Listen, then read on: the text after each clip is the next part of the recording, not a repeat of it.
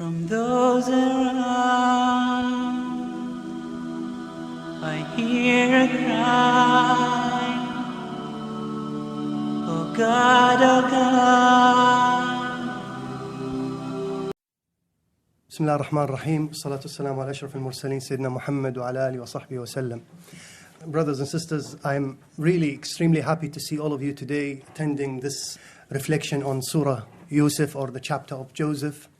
And I would like at the outset to thank very much IslamicCourses.com for the enormous effort they did in terms of organizing, in terms of processing the course pack. We all went through a lot of effort to get this done, and we hope that at the end of the day, Allah subhanahu wa ta'ala accepts this as a sincere work. And I would hope that you will have an interesting experience reflecting on Surah Yusuf. What is challenging about Surah Yusuf is that it's quite a big story. It's quite a complicated story. The twists in the narrative are a lot, and that is quite challenging. What is even more challenging is to go bit by bit or verse by verse and try to reflect on it.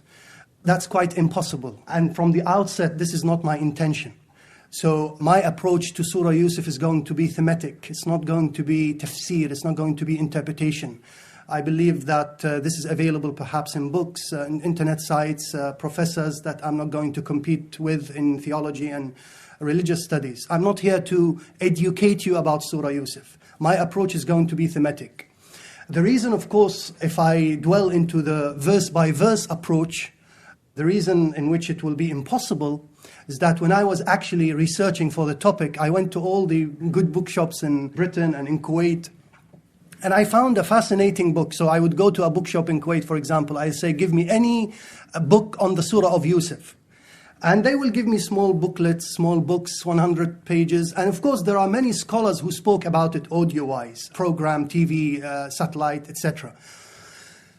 But I was amazed to realize that only a couple of years ago, two scholars wrote a 2 massive volumes book on Surah Yusuf, which is called, even the name is, to me, I was overwhelmed, 1,000 lessons from Surah Yusuf. 1,000 lessons. So in the last couple of weeks, I was reading about 1,000 pages, speed reading, of course. I'm not a genius in finishing 1,000, but going through it very quickly, making sure that I would be able to select these lessons that are relevant to us in the West and formulate them into certain coherent themes.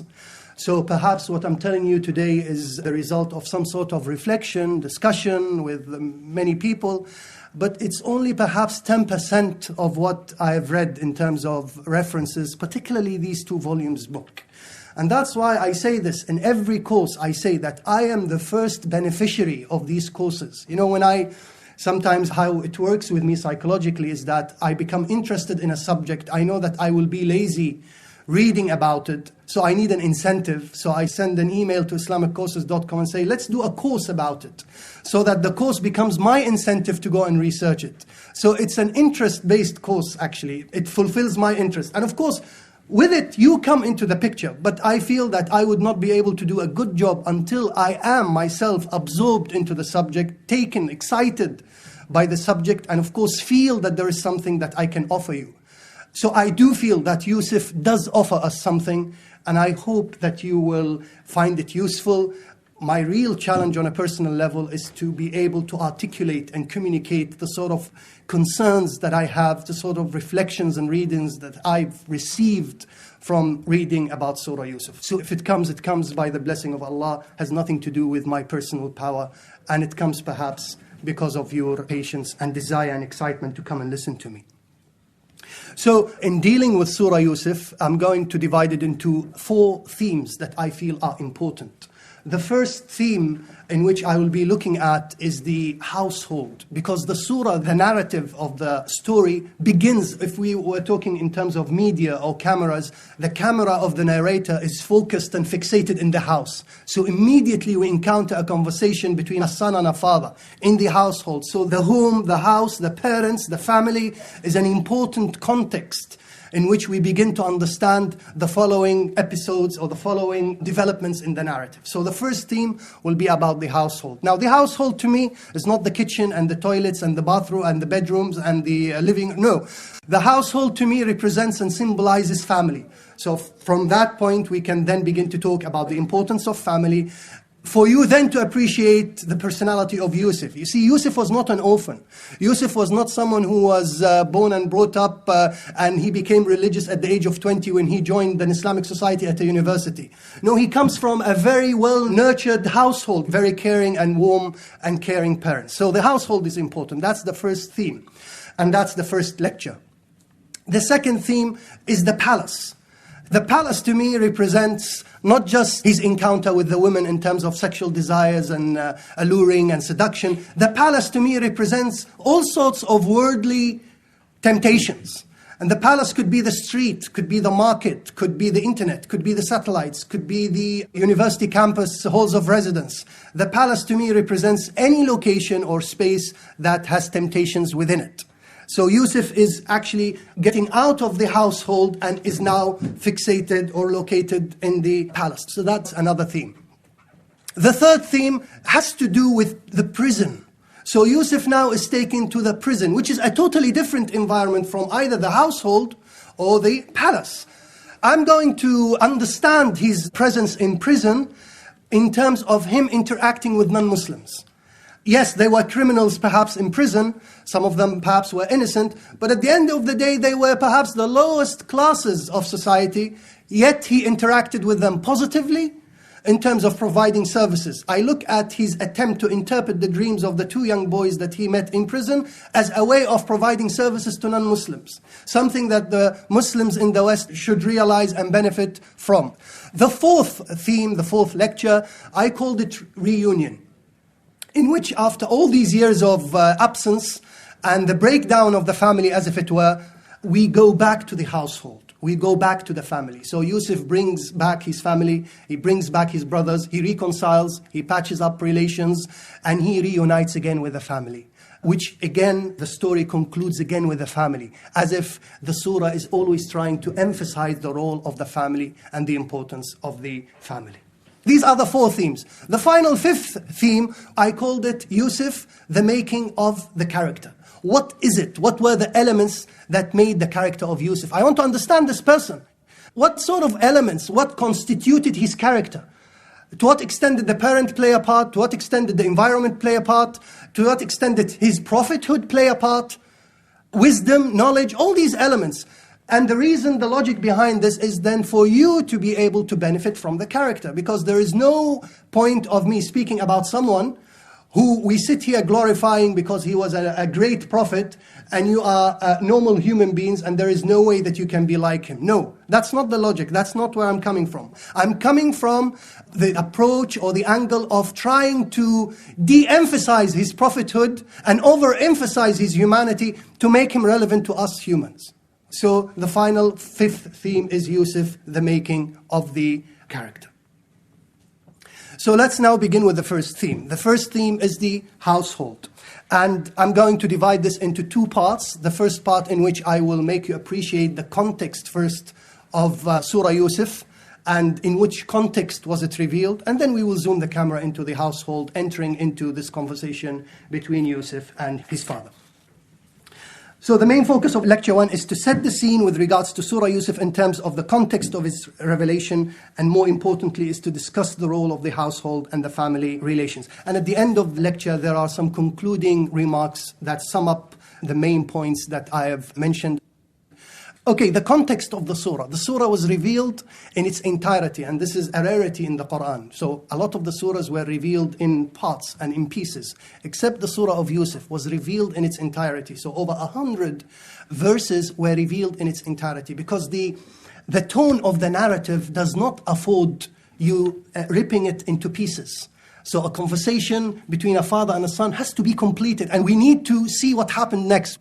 This urgency in the tone of the surah is there, and that is only compatible with it being revealed in its entirety. So it was revealed in its entirety. Where was it revealed? It was revealed in Mecca. So it was the entire logic of it, the entire environment of it, is that the Prophet is in Mecca. There is no Muslim community, established, institutionalized Muslim community. You didn't go to Medina yet. So it's really, a lot of the environment of the surah is relevant and applicable to the situation of Muslims, perhaps in the West or in the East or wherever. It was also revealed where the Muslims were in exile, in Abyssinia, in Al-Habasha. So even Muslims who were not living in their homeland were aware of Surah Yusuf and were aware that a great surah was revealed. The surah was revealed soon after the passing away of the wife of Prophet Muhammad, Khadija, and his uncle Abu Talib. And both, you have to understand, were great supportive pillars for Rasul Sallallahu Alaihi Wasallam. So much so that the same year in which both died in was called Am al-Huzn, or the year of sorrow and sadness. Actually, Yusuf as a name, of course it's Joseph, but Yusuf, even the letters are really compatible with the context of sadness. Because even in Arabic, when you say Ya Asafa or Asif, or I apologize, or Ya Asafa, you know, what a worry, what a pain, what a pity. The alif and the sin and the fa are so calm, so soothing, so comforting, so compatible with the context. Unlike surahs that talks about hellfire, al-haqqa, mal-haqqa, wa ma adraka mal-qari'ah. The qaf and the kaf are so powerful letters. And if you are interested in the language, even in the letters, there isn't a lot of qaf and ha and qaf and kaf in Yusuf. There is all sin and f and ya, which means that in a context of sorrow, you need to comfort. And this is exactly what Allah subhanahu wa ta'ala was doing with the Rasul sallallahu alaihi wasallam. He was revealing verses to comfort him, because it wasn't compatible to reveal another verse. Maybe in Medina, then Al-Baqarah and Al-Ma'idah and Al-Imran and the rest of it.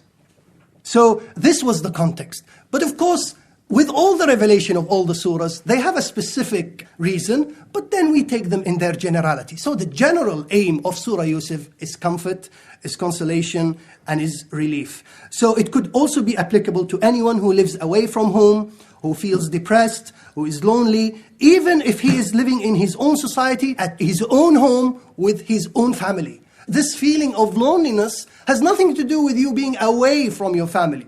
Sometimes people do exactly feel lonely because they are living with their family. All sorts of reasons. So when you read Surah Yusuf, you find that there was someone somewhere who lived thousands of years before you who had a common experience with you. Is it jealousy? He experienced it. Is it hatred? He encountered it. Is it seduction and temptation? Is it evil? Is it malice? He experienced all that. So it is as if Allah subhanahu wa ta'ala telling you, and telling the Prophet also, because the Prophet was humiliated a lot after the death of his wife and the death of his aunt. He was humiliated a lot when he went to At-Ta'if, and the story is known, and came back bleeding and starting making dua and praying to Allah. It is in this context that Surah Yusuf was revealed. And what is fascinating actually, this is something that goes off track a little bit, but maybe we can tie it in very beautifully, is that after the revelation of this surah, and it is within the Am al-Huzn, Isra and Mi'raj happened, where Rasul Sallallahu Alaihi Wasallam was taken to heaven. And one of the fascinating things is that he saw Yusuf in heaven. It's fascinating that you read about someone, and the following day you see him. So imagine if he sees him first, and then the revelation is revealed. It doesn't make Yusuf, okay, this is Prophet Yusuf. He would not appreciate him. But when he read about Yusuf, when he learned about Yusuf, then when he saw Yusuf, he would say, وَقَدْ أُوتِيَ شَطْرَ الْحُسْنِ. Wow, it's extremely beautiful. Now he can link the reality with the narrative. So all in all, this is the context. Then Allah subhanahu wa ta'ala speaks to us about the surah by saying to us that it's the best of stories. It's أحسن القصص. We relate to you the best of stories through our revelations to you. نحن نقص عليك أحسن القصص بما أوحينا إليك هذا القرآن وإن كنت من قبله لمن الغافلين. We are going to narrate to you, O Muhammad, the best of stories. Okay, what is it that makes the story the best? Actually, the mufassirin or the interpreters have said a lot about it. You know, why did Allah call the surah the best surah? Many reasons. But to me, what gets me excited about the surah is that because I perceive it to be an epic story.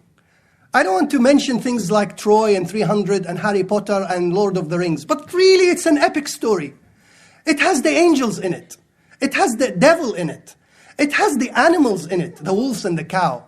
It has all sorts of people, different social backgrounds, criminals, poor people, rich people, wealthy people, common people, women, men, good, bad, political elites, all sorts of people with different social backgrounds. So it's like reading a psychology text about how do people behave.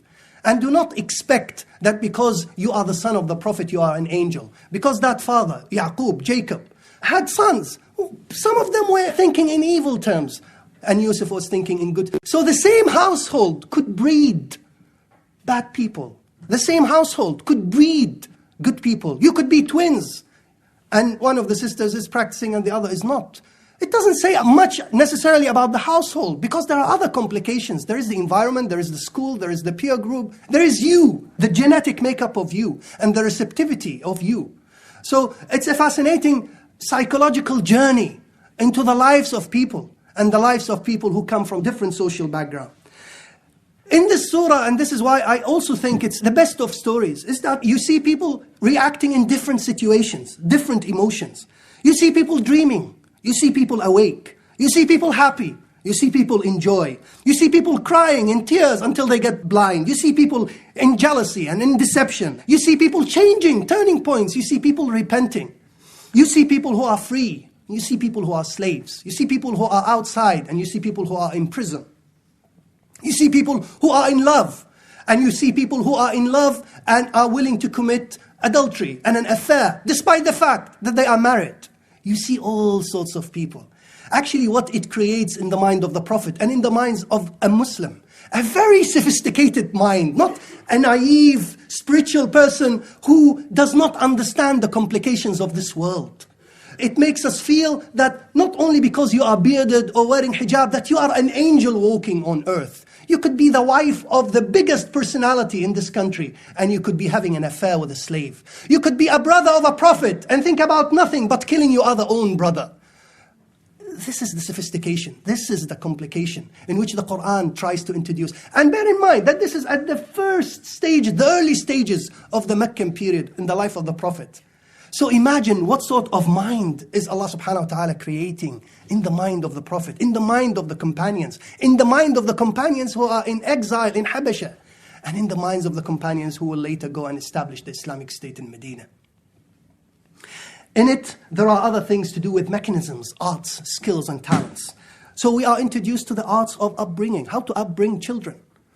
We are introduced to the art of da'wah. How do we introduce Islam to the non-Muslims? We are introduced to political and economic management, how to manage state affairs, how to organize economic relations and situations at a time of famine or at a time of abundancy. So that's to me why Surah Yusuf is Ahsan al-Qasas. Another thing that makes Surah Yusuf Ahsan al-Qasas as well, the best of stories, is that because really, honestly, seriously, it has a happy ending. And when I say a happy ending, you say, well, all movies have happy endings. Yes, but look at the movies. What's the happy ending? The hero kills the villains and marries the princess. That's the happy ending. Here, the happy ending is that everyone was happy, even the villains. Because the villains, by the end of the story, ceased to be villains. They changed. They repented. The women that seduced him changed. The brothers that wanted one day to kill him grew up, matured, and changed and repented. So much so that they became, as some of us say, prophets. They were chosen to be prophets. And that's why the 12 sons of Israel, who is Yaqub, became the prophets to the house of Israel. They changed. Everyone changed. There were no villains. And not necessarily Yusuf got married to the princess, the woman who seduced him. Although some of us say that this happened. It doesn't have to happen. Not all love relations have to end up in marriage. I'm not saying have a love affair. I'm not saying that. What I'm saying is that not all emotions need to necessarily translate into institutional relationships based on marriage. There is compatibility and there are other things that someone has to bear in mind. So all at the end of the day was happy. Yusuf was released from prison. Yaqub could see again. And the family. To me, that's the best happiness. The family reunited again.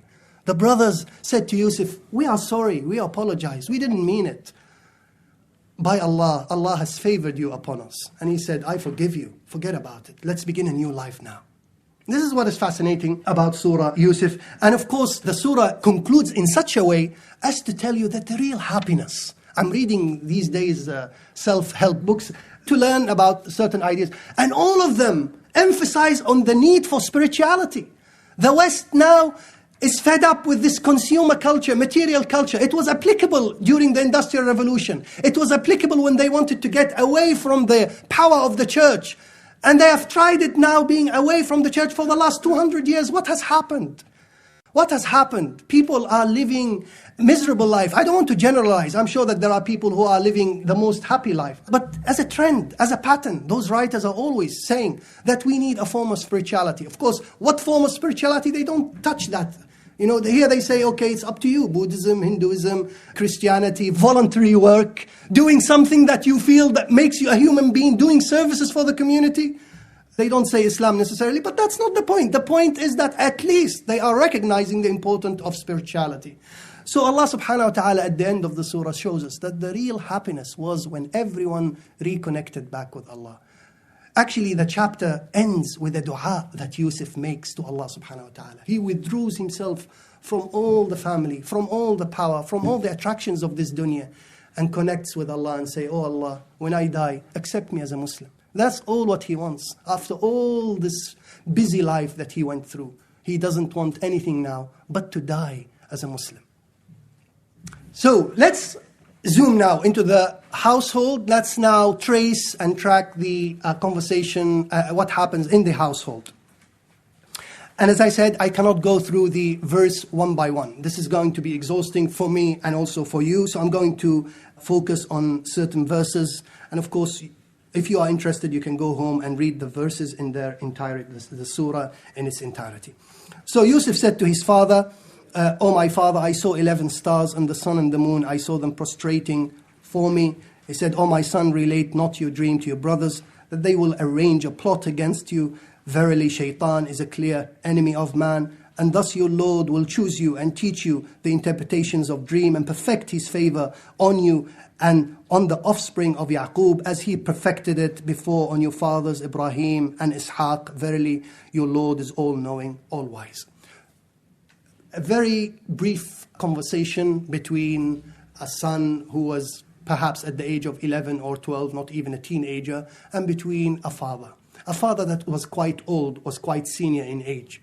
So immediately we have a generational gap. But yet we do have a conversation that is of an intimate nature. What does this tell you? It tells you that there is a strong bond between this son and the father.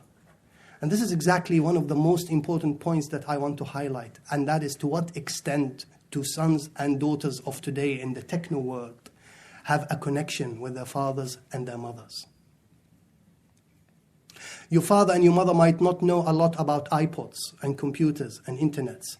Yet Allah subhanahu wa ta'ala chooses to symbolize their importance and significance with the sun and the moon.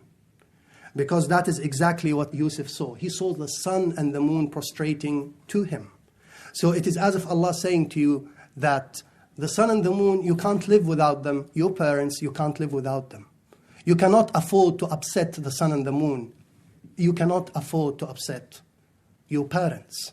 Now the Mufassirin disagree as who was the sun and who was the moon. SubhanAllah, the Mufassirin didn't leave anything. Who was the sun and who was, I don't know how do we know this, but and who was the mother and who was the father.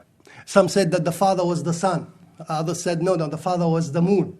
Those who say, this is for the sisters' happiness, I will make you happy in a minute, that the mother was the sun, because the sun provides warmth, care, beauty, embracing. Hello, my son, how are you? I'll make you happy now. No. The son is the father. He provides light, guidance, supervision, all the rest of it. Okay, I'm not sure how the moon will relate to either mothers or fathers. But yeah, there are those who said that the father is either the moon, or the mother is either the moon. But I'll just talk about the sun. But all in all, we are at the outset introduced to the importance of the parents. But we are also introduced to a conversation taking place between a son and a father, and a conversation of an intimate nature. He's going, telling his father. He's not telling a friend. He's not picking up the mobile and calling his buddy. He's not going in an internet chat room and emailing someone about a dream that he saw or an anxiety that he encounters. No, he's going straight away to his father and talking to him about a dream. But there is something else other than the love in the relationship between the son and the father, and that is trust. You see, Yusuf is going to communicate a dream to his father because he knows that his father is a prophet. And he knows that his father is able to interpret dreams. And in general terms, he knows that his father is able, therefore, to address his concern and give him a solution to his problem. And this is exactly an advice to parents, that you should always, in addition to love, which is important, sweets and gifts and how are you, my son, and everything, the kisses, but on a more intellectual level, you should always try to win the trust of your sons and daughters. And the way to do that is to be able to adapt, which is difficult, I know, but this is a challenge, which is able to adapt to the changes that generations are going through. And yes, you might have been born in the 50s and the 60s, and at that time there were no iPods and mobiles and internet. But there are courses, night courses, part-time courses. There are all sorts of things that teaches you even how to send an email. This is important, I think, so that you are aware, not necessarily spying on your son and daughter and going into the bedrooms and being shocked at what they see. That's not the point. But at least to be able to understand the common vocab that they use to communicate. I'm a professor of history, and when I mark essays, I am shocked because all what I read in essays are text messaging languages. So you lived. They don't say why or you, it's you. It's the text messaging vocab. I know that. And of course I cross it and I deduce marks because I want them to learn the proper writing. Because think about how English will be after 1,000 years if we enter into this text vocab. And people have already written about the erosion of the English language because of technology. But the parents as well have to be able to understand what the U starts for him then to understand what more dangerous symbols stand for. So the important thing in the family relationship here is love and is trust. And look at the advice now that Yaqub gives. First of all, he tells him not to narrate this story, this dream to your brothers. He understood that this dream is unique. This dream is about Yusuf becoming a potential prophet. Because it was so specific. I saw 11 stars, sun and the moon prostrating to me. This is a 12-year-old boy speaking. How on earth can a sun prostrate? Imagine, we prostrate like this. How can a circle thing prostrate? Prostrate this side, this side, this side, this side? I don't know. But he knew. You see, he didn't tell him, I saw the sun and the moon doing funny things. He said, I saw 11 stars, and he's very numerically specific. They were not 12 or 10. And number two, I saw the sun and the moon prostrating. And then the father understood that this person is unique. And his love was even endorsed more and more. And he said to him, do not narrate this dream to your brothers. But you see what is amazing, what is interesting, is that he did not create, the father that is, and this is the role of the parents.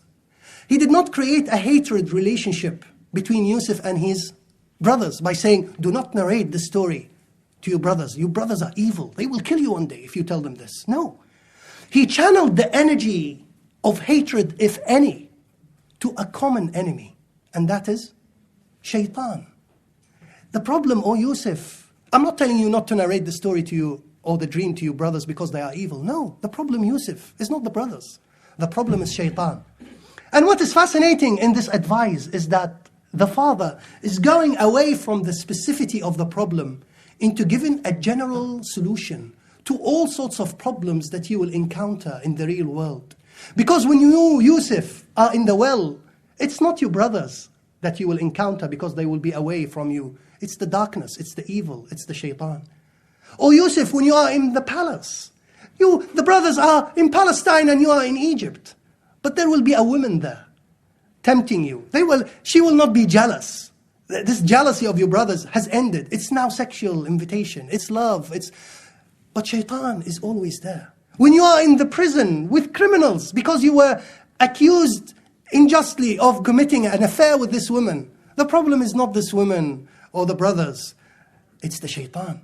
So parents need to equip their sons and daughters with the lens, with a paradigm with the framework, the real one, the abstract, the general one, the applicable one, that will be then usable throughout life, even when he gets married, when he has children, and when he passes away.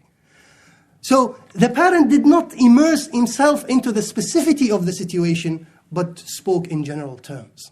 And the third thing in the verse, in which he says, and Allah selects you in the same way that He selected and chose your father and your grandfather, Yaqub. Of course, Yusuf is the son of Yaqub. Yaqub is the son of Isaac or Ishaq. Ishaq is the son of Abraham or Ibrahim. What is the father doing here? He's actually creating a strong, well-rooted identity. Yusuf, you belong to a noble family. You should act nobly. This is important because the son now will go outside the household. He will interact with children. He will interact with schoolboys who will see satellite TV channels. He will look at magazines. He will see all sorts of ideas. And what will he encounter? An identity crisis. Who am I? Am I a Muslim? Am I an Arab? Am I British? Am I black? Am I white? Am I male? Am I homosexual? What's the difference between my gender and my sexuality? Are they the same thing or are they different? I am confused. But from the outset, he's telling Yusuf, no, don't get it wrong. You are a potential prophet. Your father is a prophet. Your grandfather is a prophet. And your grandfather is a prophet. So you know where you are coming from. Have roots and have pride in your past. And have pride in your family lineage. How is this relevant to us in the West?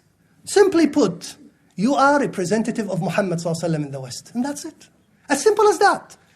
Yes, you are not the son of Muhammad. Your grandfather is not Muhammad unless you are a Sayyid or a Hashemite. But at least being a Muslim, you are connected to Rasul ﷺ at least more than Abu Lahab, who is connected lineage-wise to a prophet, Muhammad. He is not connected with him at the Day of Judgment. So Rasul ﷺ will be pleased and happy with you when he sees that you represented a good, fair, balanced, moderate Muslim character in the West. Because that's how he was. And you are representing him in the West. So that's how we can correlate this to the advice that Yaqub mentioned. Are you fed up? Shall we continue? Are you willing to take this struggle? It's a big journey. This is only the few verses. I told you 1,000 lessons. So we have done 500 now. Let's move on into another scene. So the curtain closes on the father and the son speaking, and another curtain opens. And now we have scheming, plotting brothers. 10 sitting in secret and plotting.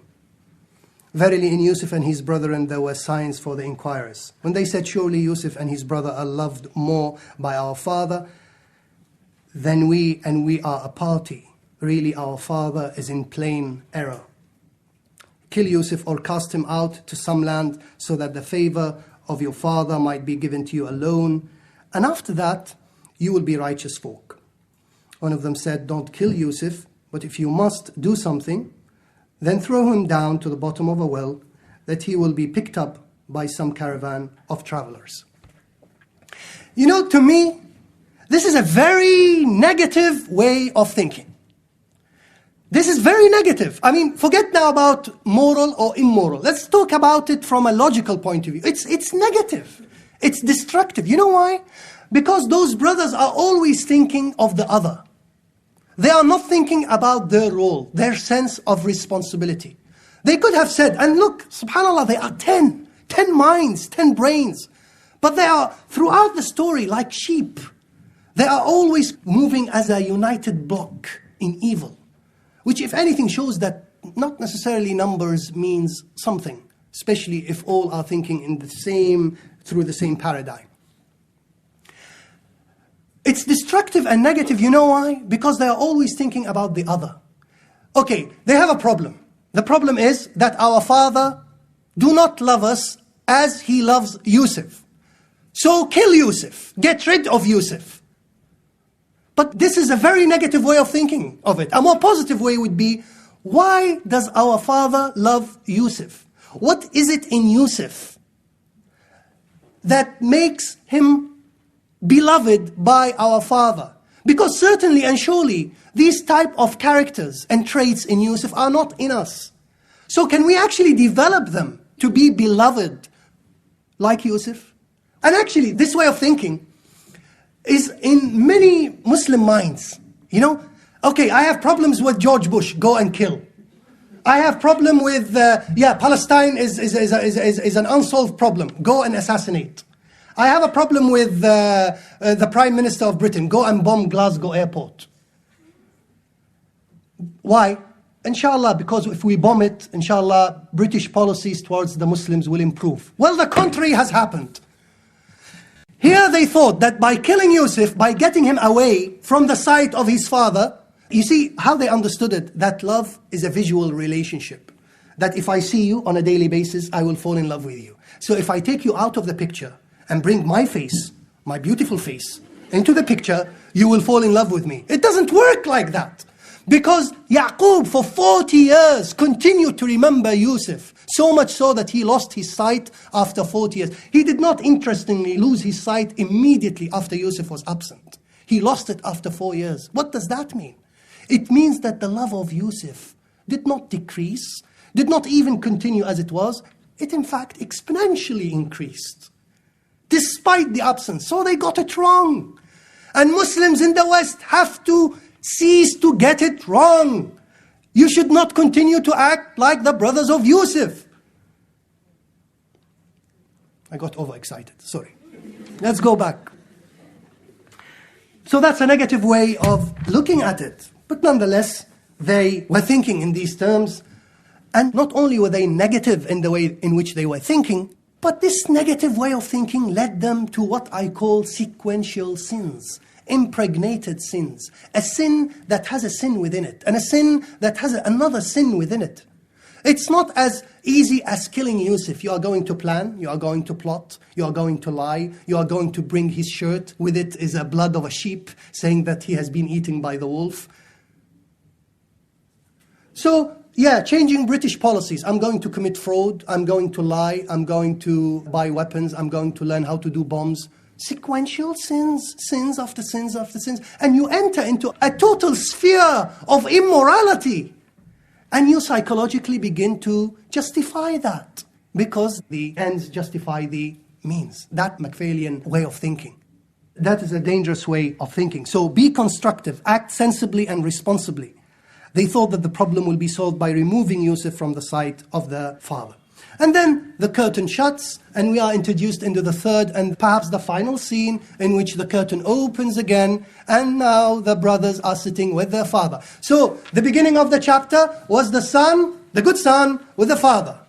Shuts the curtain, open another curtain, a secret conference and a secret meeting. Shuts, the third curtain opens, the brothers are sitting with the father. Of course, there are gaps in the narrative which Allah subhanahu wa ta'ala does not narrate, either because they are logically deductible, or to engage you in the text in stretching your imagination, in trying to see what could have happened. And this enigma in the Qur'an is fascinating, because it allows the human mind to think within, of course, given sets of boundaries. So they went to their father and said, "Oh, our father, why don't you trust us with Yusuf, when we are his well-wishers? Send him with us tomorrow to enjoy himself and play, and we will take care of him." He said, "It saddens me that you should take him away, and I fear that the wolf, not you, the wolf, may eat him while you are unaware of him." They said, "If the wolf eats him, and we are a party, then we are of no use." Then when they took him away, and all agreed that he should be put in the dark well, and we revealed to him necessarily, "You shall inform them of this doing while they shall not be knowing." And the verse goes on. I just want to zoom the camera now into this conversation between, again, the brothers and the father, or the sons and the parents, which links in, again, beautifully with the parenting politics, or parenting relationship that I'm talking to you about. Of course, it seems that the brothers have tried many times to persuade the father to allow Yusuf to go with them. And the father would always say no. Because look, the beginning of the conversation is, why is it that you don't trust us with Yusuf? So it doesn't make sense that from the beginning, why don't you trust us with Yusuf, send him with us? No. Maybe that's the third, fourth, fifth time in which he's saying no, no, no, no. Then they squeeze their mind in thinking about a better plot. And the plot was as follows. Oh Yaqub, oh our father, Yusuf is too young. You are too old. You always keep him with you. You always make him live the senior environment of old people. He's quite young. He needs to play. He needs to have recreation. He needs to go at least Saturday, Sunday to the park. So you send him with us. Because actually we are going racing. So that should be fun for him. He will eat, he will drink, and he will play. You love him so much, don't you? So wouldn't you like that he is happy and joyful? It makes perfect sense. It makes perfect sense. And he said, yes, okay, fine, but you take care of him. Well, initially he says, yeah, but I'm worried that the wolf might eat him. You see, he's not worried from the wolf. The father is so miskeen, actually. It's so depressing to perceive enemies within the house. You know, to have enemies outside the house, to have people misbehaving badly outside, in the underground, in work, in school. But to have them misbehaving 24 hours, even when you are asleep in your bedroom, that's hell. It's not just neighbors from hell. Even families are from hell sometimes. Yet, he did not bring it up by saying, I fear you. And this is important in the parent-son relationship. Excuse me, when I say son, I also include daughter. But if I do forgive, it's not gender biased or anything. So son and daughter are included. All what I'm interested in is the parent and the children relationship, despite the gender. So he didn't say, I am worried that you might kill him or that you might intend evil with him. I'm worried from the wolf. And this is amazing in the relationship between parents and children, is that parents should always try to show trust in their children. You might know that your child smokes.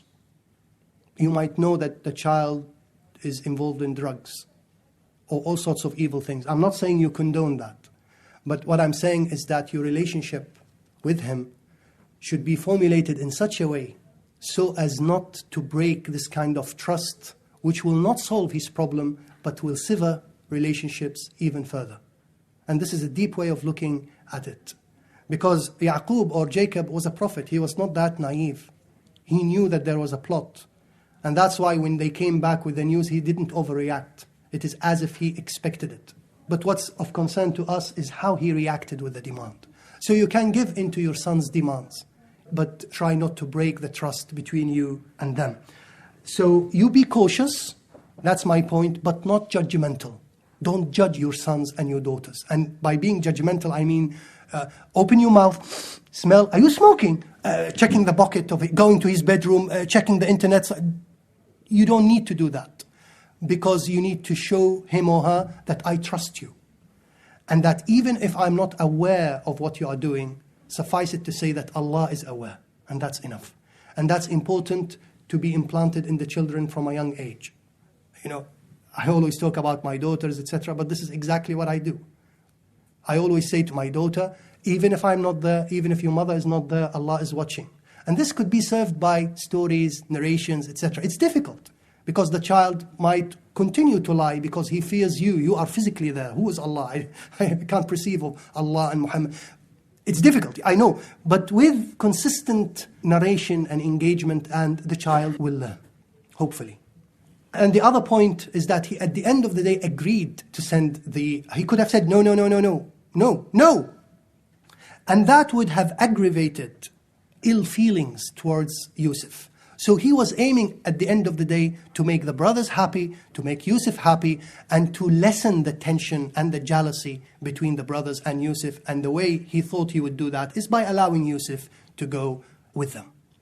And finally, I'm going to leave you here with Yusuf in the darkness of the well, for us then to appreciate what happened next.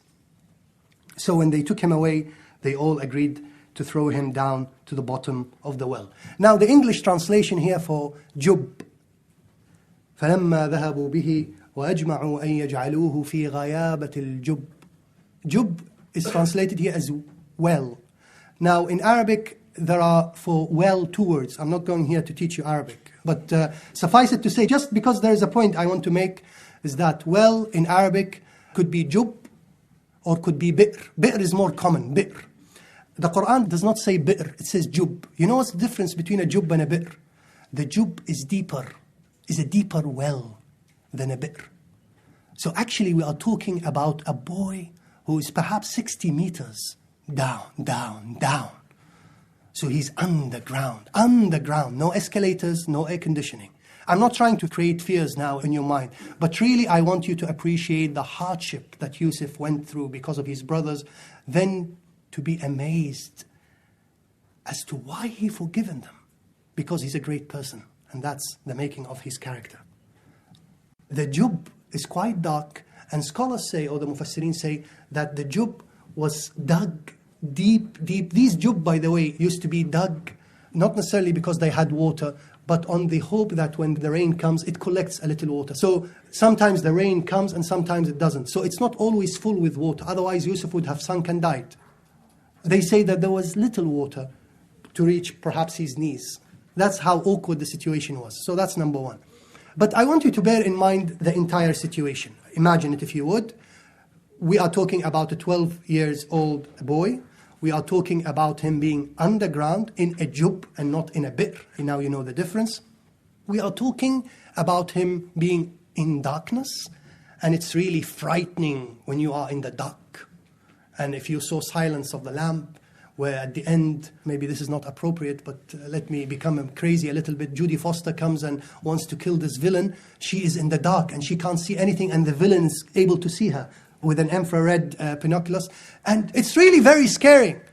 And when I think about Yusuf, it's like that. He can't even see his fingers. He's crying, probably, of course. He's 12 years, he's not a 60 wise man saying, inshallah, Allah will save me. He's a child. So, darkness. And you would also imagine that he was naked or semi-naked because they took the shirt. Did you remember? The shirt actually is fascinating. It plays 3 roles in the chapter. So this is the first time in which we are introduced to the shirt. We will be introduced to the shirt twice in the rest of the narrative. Anyway, the shirt is taken from him, so he's naked. So he's naked, underground, in the cold, in the darkness. No food, no sandwiches, no snacks, no lunchbox, nothing. And they say, this is perhaps the interesting bit, they say that the jub is not properly walled. It doesn't have cement and wall, and it's just digging. So you can imagine he is in this tightness of the jub. What would you imagine coming from the sand? All sorts of insects. There is nothing to prevent them. It's not like in the tube, you don't see a crab in the underground here, for example, or a snake. You might see mice sometimes. I'm sorry. Because some sisters and brothers perhaps have problems with mice. But with Yusuf, you would expect anything and everything. And he was lonely, of course, because take him in contrast now. He was embraced, kissed, beloved. Now he's lonely. Now there is no father. There is nothing. There is no sun and moon. The fascinating thing in all that is that this was his immediate first difficult test. The fascinating thing is that he passed this test successfully. He went out of the well and he was taken as a slave. Did he become paranoid from the darkness and mice? Did he become traumatically destroyed, having nightmares about his experience in the jub? So you can tell from the outset that he was a healthy, strong, brought-up person exactly because of the wisdom that was instilled in his mind through his father. So with regards to the home, number one, the story begins at the home to emphasize the role played by the family in the making of the main player's character, and that's Yusuf. 2, parents' importance is symbolized in them being the sun and the moon in the lives of their children. 3, zooming into the household, we are introduced to a strong relationship between the father and his son. This relationship is based on love, care, trust, and advice. 4, the father, who is also a prophet, is a role model to his son, who shares with him his intimate secrets and sometimes confusions, such as dreams. 5, parents should be aware of their children and their developments at school and as future responsible adults. 6, a deep-rooted sense of identity is essential in the process of bringing up children to avoid a long period and perhaps unresolved crisis identity. 7, parents should aim to be just and avoid promoting feelings of jealousy between brothers. wives of a single man should not transform ill feelings to the brothers and should always bear in mind that family unity is more lasting, if not more beneficial, than fragmented relations. 8, father and son's relation is also based on care and trust and on not being judgmental. This helps develop a more confident and a more self-esteemed personality. This is the household, and now we shift our brother Yusuf into the palace. Inshallah, at the second lecture. قولوا قولي هذا واستغفر الله لي ولكم. بسم الله الرحمن الرحيم والصلاة والسلام على أشرف المرسلين سيدنا محمد وعلى آله وصحبه ومن تبعه بإحسان إلى يوم الدين. اللهم لا علم لنا إلا ما علمتنا إنك أنت العليم الحكيم. Brothers and sisters, I now introduce to you the palace, which is a shift to a new location to Yusuf, which also represents a new experience. The aim of lecture 2, therefore, would be to focus on sexual desires and illicit relations and temptations, and how one is expected to respond to. Although the location of the scene is primarily focused on the palace, it could also symbolize all contexts and situations of temptations that one is exposed to, including the streets, markets, workplaces, university campuses, and modern visual forms of communications and technology. So that's the paradigm in which we are going to introduce this theme.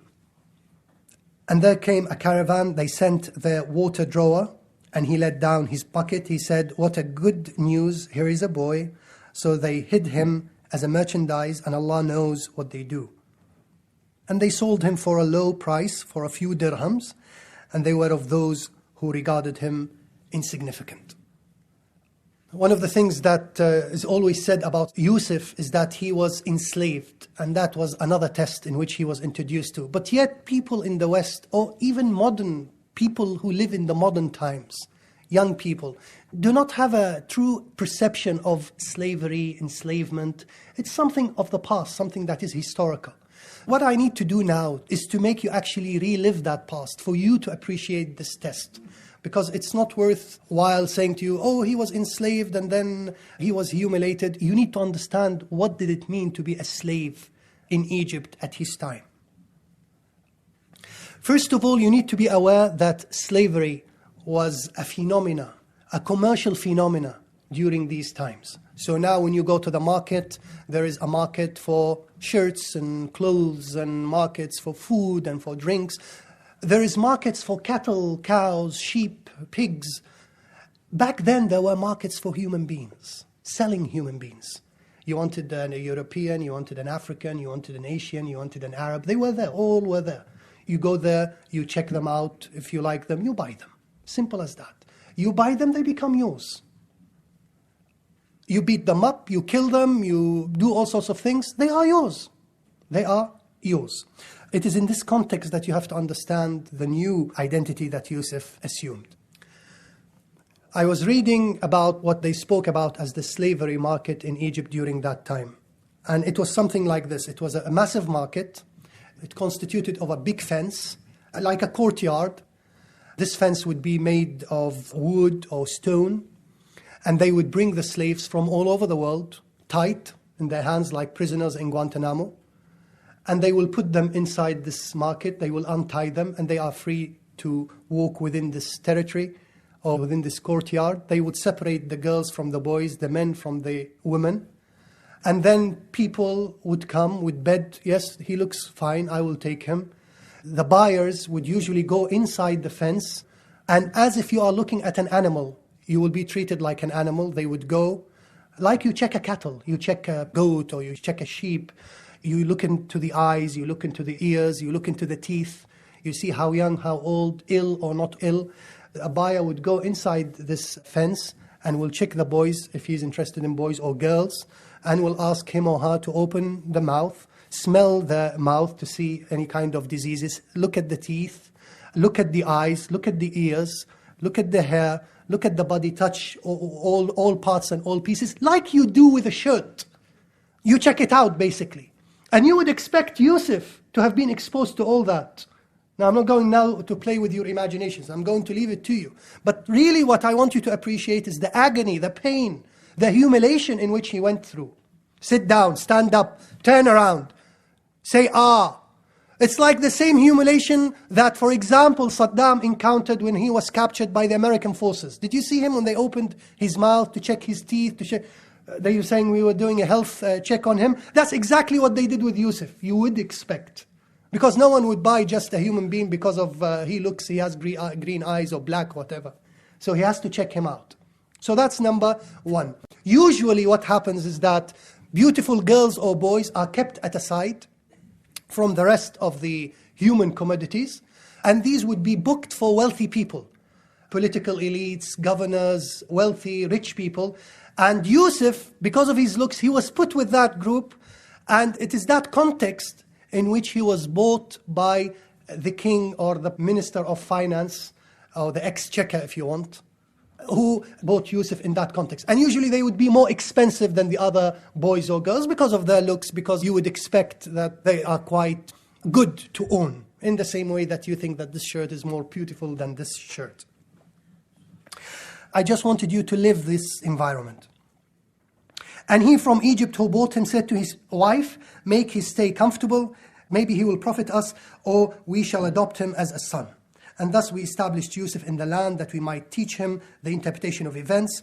And Allah has full power and control over his affairs, but most of men know not. And when he attained his full manhood, we gave him wisdom and knowledge. Thus we reward the righteous. And she in whose house he was sought to seduce him. She closed the doors and said, come on, O you.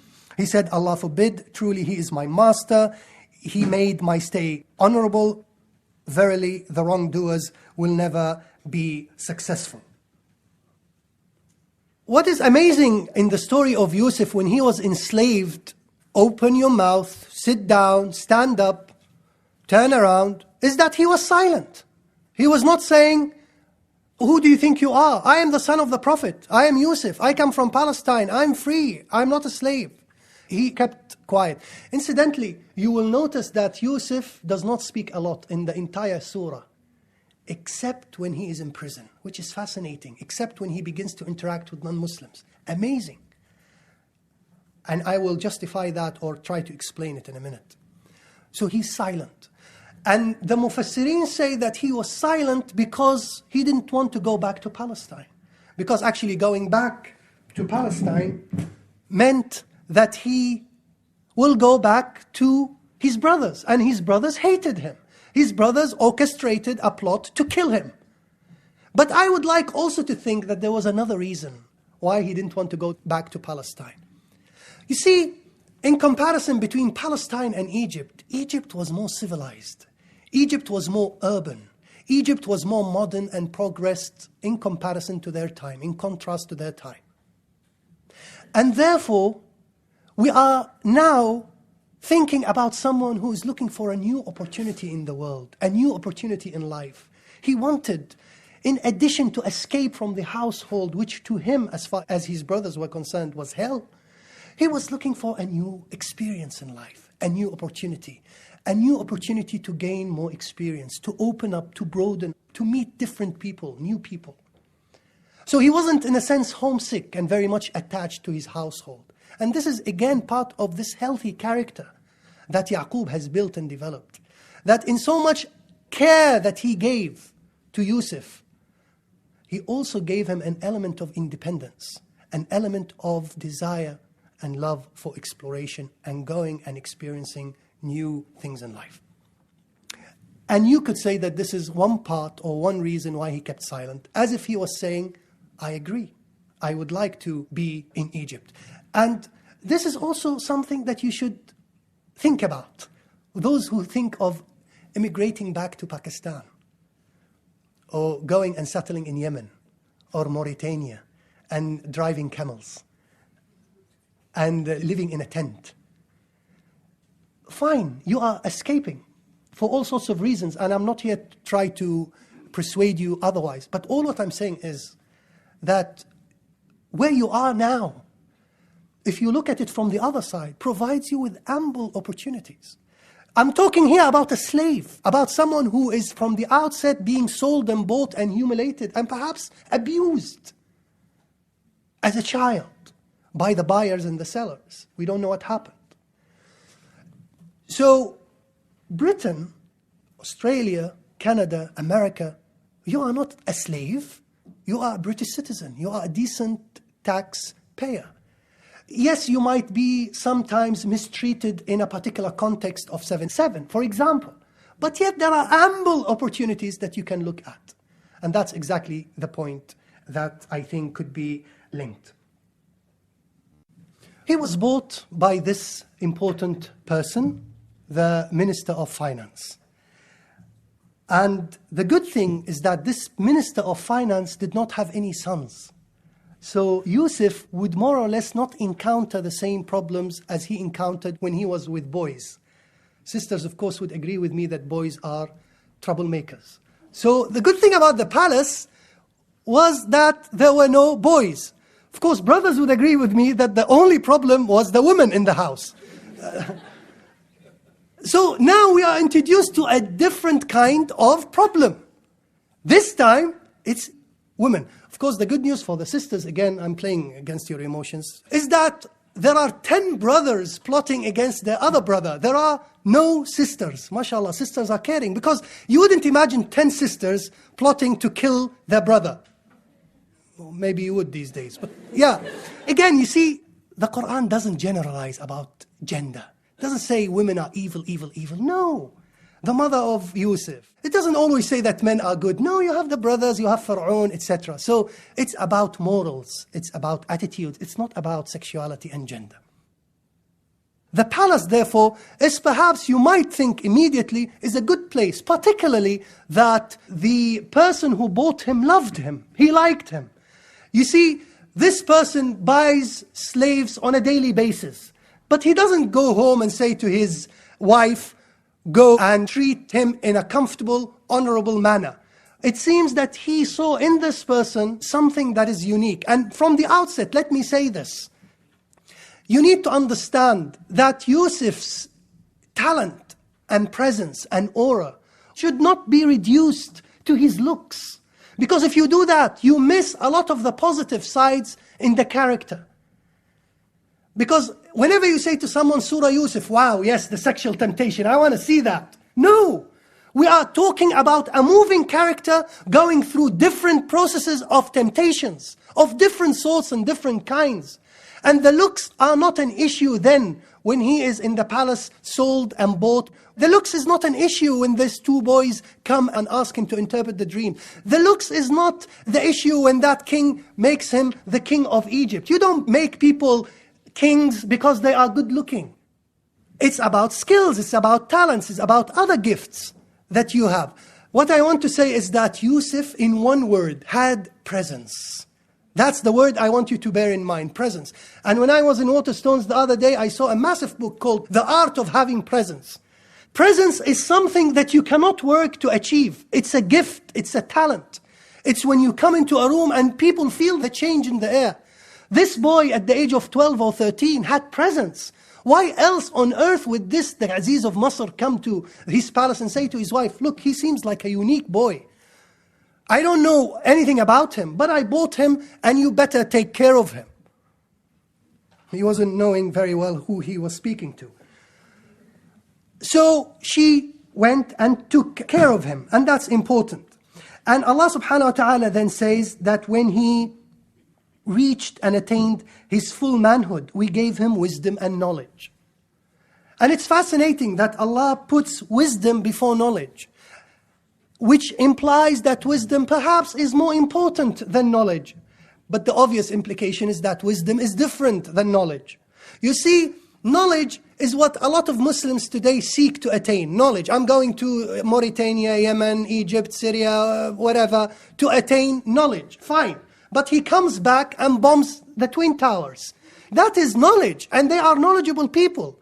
And I always say the Khawarij, you cannot mess with the Khawarij. They were knowledgeable people. They can make you cry. I always give this example. If a Khawarij can speak English and gives a lecture here, his CDs will be bestsellers, even bestsellers than Harry Potter.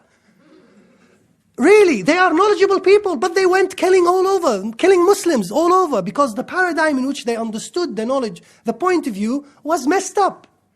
So you need wisdom. So what is the difference? Knowledge is information. 1 + 1 = 2. Wisdom is this certain talent and skill that you attain to know exactly how do you apply the knowledge that you know. Not everything that you know is applicable. Some things are applicable at a certain time, at a certain place, at a certain environment, at a certain context. Imagine Prophet Muhammad ﷺ going all the time saying hadith, hadith, hadith, giving admonitions, giving mawa'ad. Each hadith is about 2 minutes if it's to be articulated verbally. Maybe the longest sermon that before he died. He summed up everything, the 23 years in its entirety. But he would say, ittaqillah, la taghdab.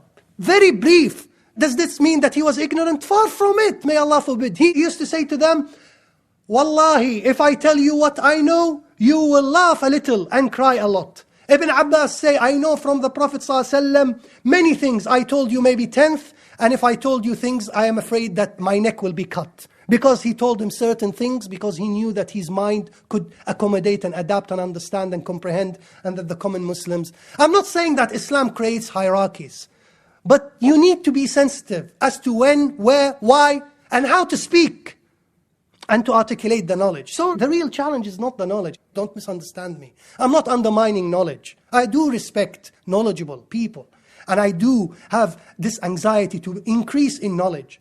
But that's an aim, that's not a goal. A goal is wisdom. A goal is hikmah. That's the real challenge. So it's fascinating to realize that Yusuf had both.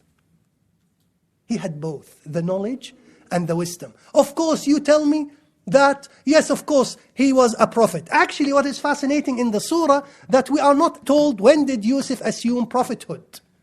And that is good news for me, because it supports my argument or supports my agenda.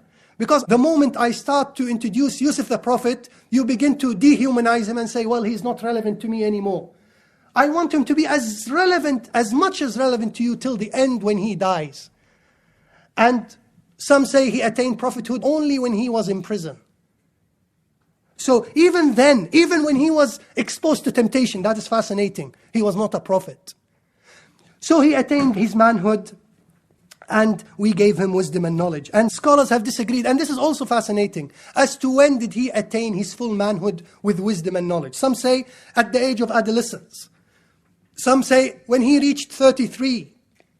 Some say when he was 40. And they do certain readings that in the Qur'an says when someone reaches the age of 40, he begins to return to Allah, he begins to mature. So وَلَمَّا بَلَغَ أَشُدَّهُ means that he reached 40. And some rely on Israelites' sources, the Old Testament, and these kind of things. But the fascinating thing to me is that the age is kept enigmatic for us to believe that there is no certain or particular age in which one attains manhood or womanhood. To me, the enigma is good because it means that anyone, whether he's an adolescent or 33 or 40, can control himself against the temptation of sexual desires. So if I am told that he was 40, you would say, okay, I can commit adultery and fornication, and when I reach 40, I'll be like Yusuf. No, we don't know when did Yusuf had this self-control. And some say at the age of 15, at the age of 33, at the age of 40, which if anything tells us that we can all be like Yusuf, because we don't know exactly how old was he when he did it. You see, the Qur'an is very intelligent in the way in which it keeps silent about things and in the way in which it chooses to articulate certain things. So names, places, locations, date of births are not important, because if he specifies things, it will become irrelevant to those at the age of 60 and 70.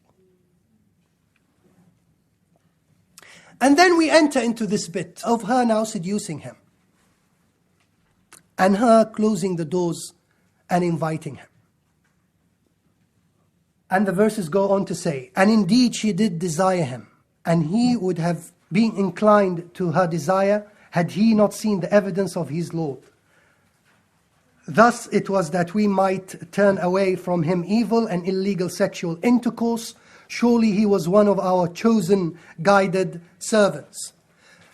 I'm not going now to write you an article or a research paper on what did Allah imply when he said, and he did indeed was inclined to her, because hamma bihi wa hammat biha, there is a lot of sayings about it. But suffice it to say, there are two main arguments or interpretations.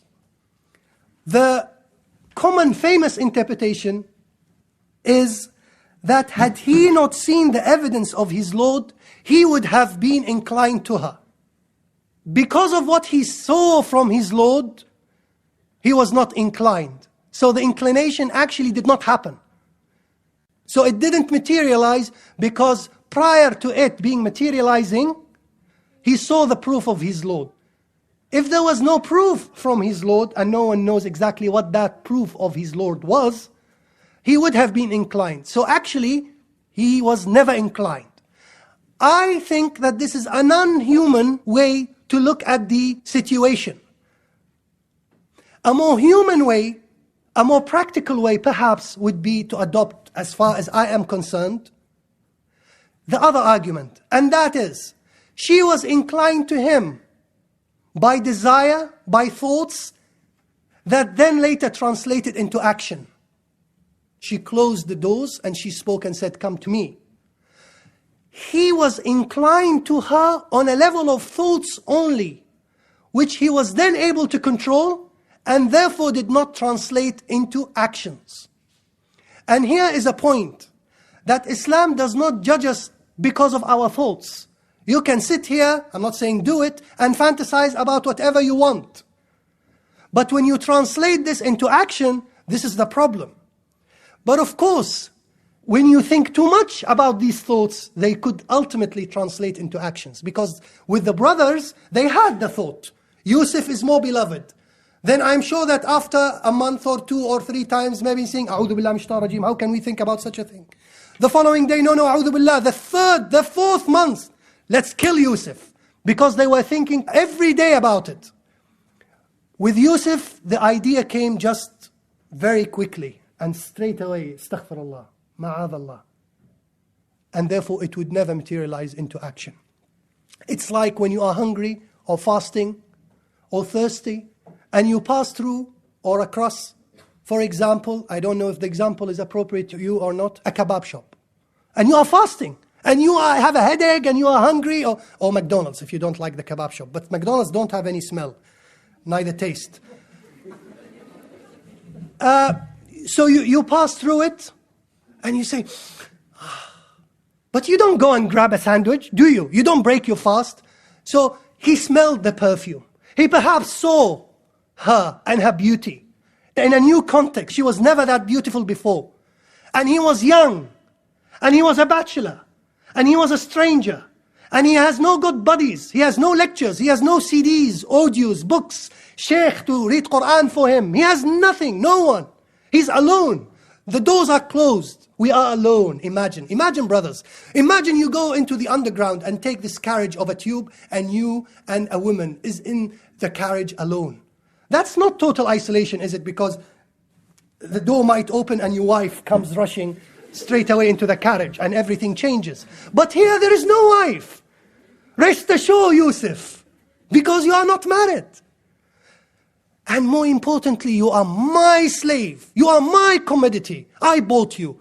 I bred you. I gave you food and drink. When I ask you even to commit suicide, you will say yes. So why not will you do it if I say sleep with me? You understand? It is this context that Yusuf was exposed to. So it's for sure and only human and natural that he is to be inclined. Otherwise he's not a man. Okay? He's not a human being. That defies the logic of humanity and manhood. And he was a full man. That is important. So the scene was that the components of seduction were there. You're talking about, we say he was at the age of 40, fine. But remember that he lived his teenage years in the palace. You see, when he was young, she didn't seduce him. She seduced him only after perhaps 10, 20 years. So he lived in the palace for 20 years. He rented a flat in the middle of the market. He saw what it meant to be Saturday nights and people drunk in the street. He knows it. He lived the palace situation. He's not a naive, blind cat, doesn't know what a woman means. No, he knows it all. He knows that perhaps she was in love with him. From the looks, a man would not wait for the moment when a woman come and say, come to me. It seems that she had a terrible time trying to grab his attention. But she failed consistently last year and the year before. And only in March, for example, or in August when it was too hot, that she thought the time was appropriate. I'm trying to make you realize, without trying to make you laugh at something that is obscene. Really, we live this dirty environment on a daily basis. Not because we are in Burbank, let's live angelic life. We will go back home and everyone will go to his life. I want you to appreciate the context in which Yusuf was living.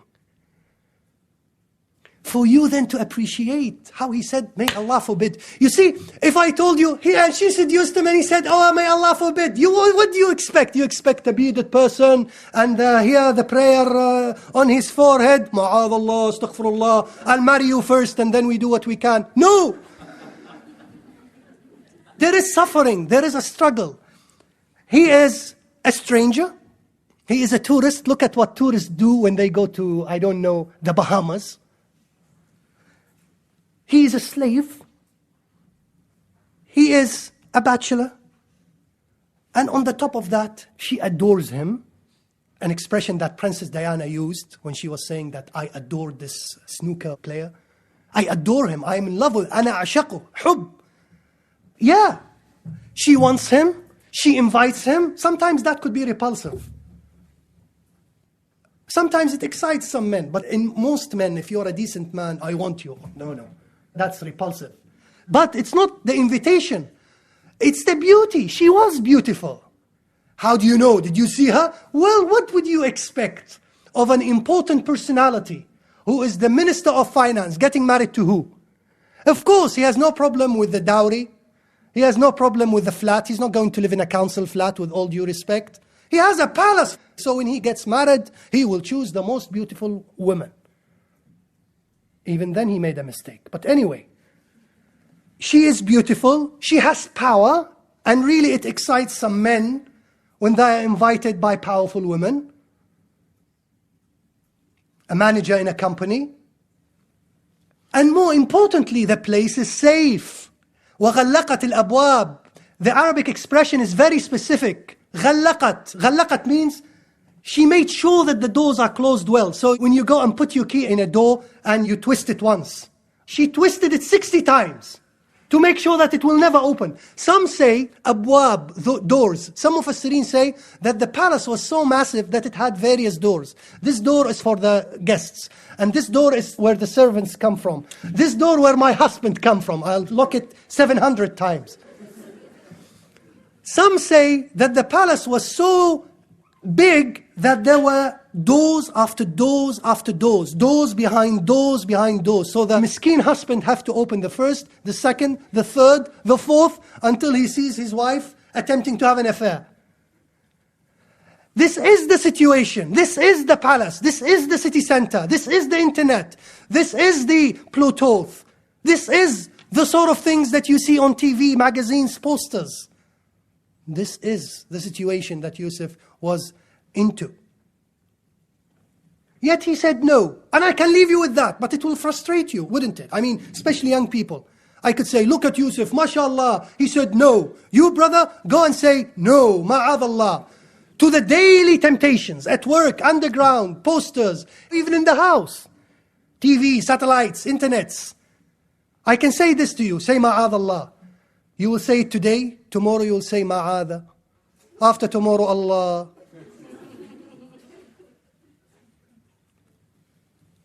What is it that made this strong personality? What is it? And this question, I'm sorry to say, has been bugging me.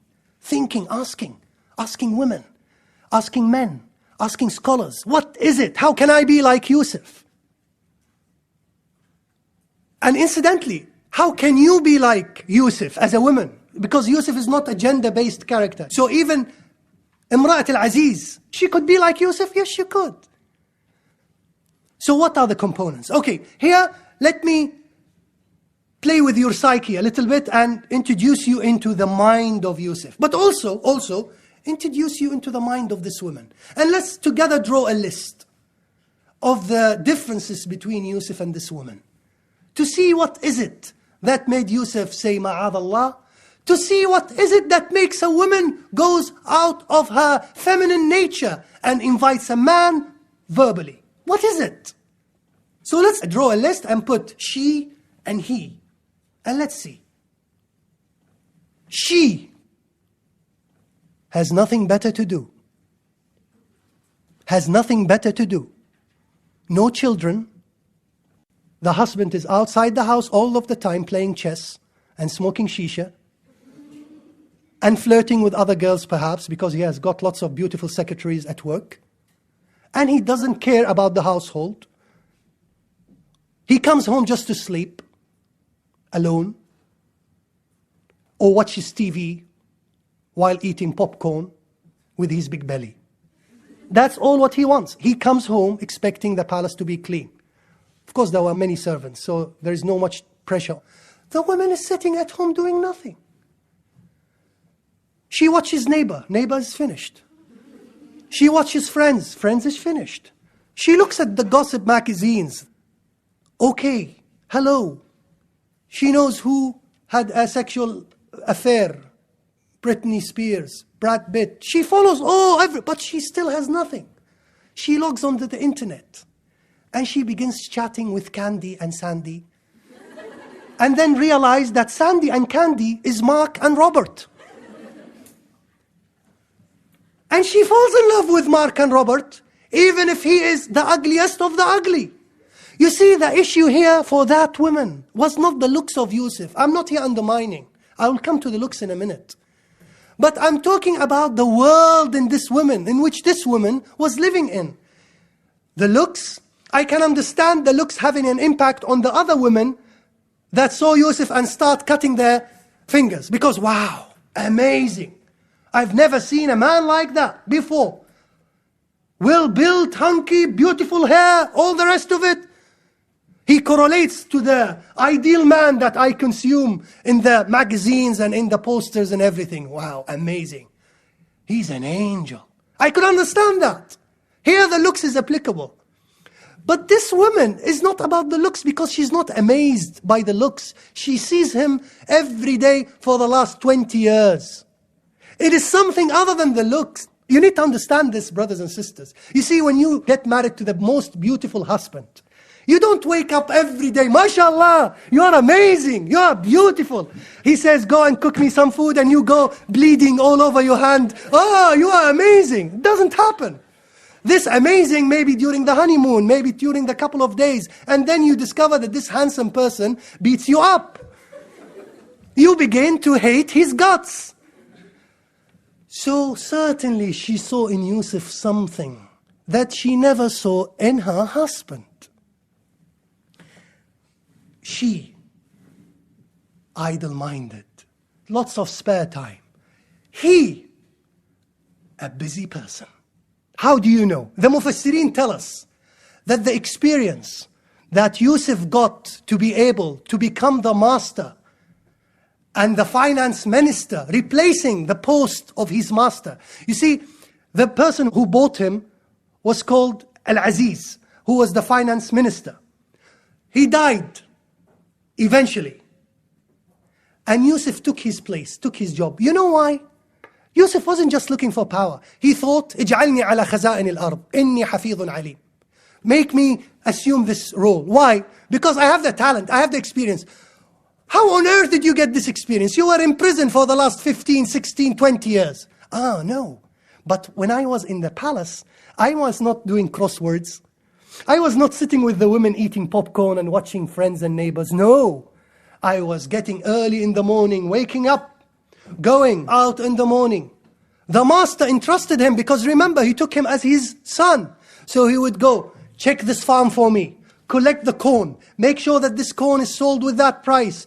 This farm is not cultivating enough corns, make sure that the following year. The person went home tired, exhausted. He have no times for sexual desires. I'm not saying that he's not a man, that he's not a human being, that he's not attracted to women, but he's not preoccupied with sex all the time. As people are here in the West, everything is sex, S-E-X. You stamp sex into everything to sell. Vital, a sexy water.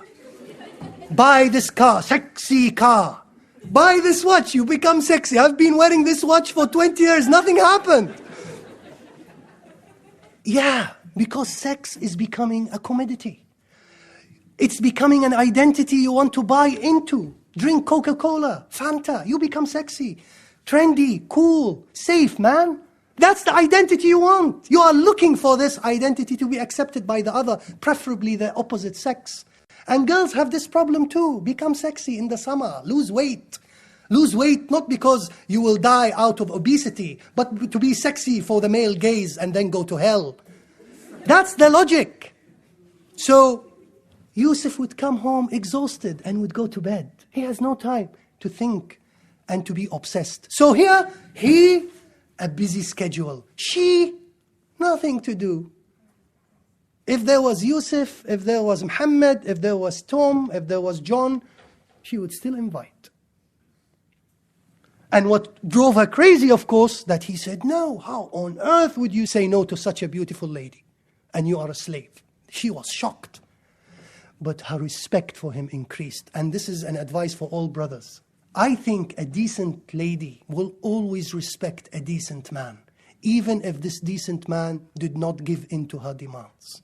Decency, brothers, is a human value that is appreciated even by animals, even by trunk trees. Why else did a trunk tree weep on the hands of the Prophet? Because it misses him.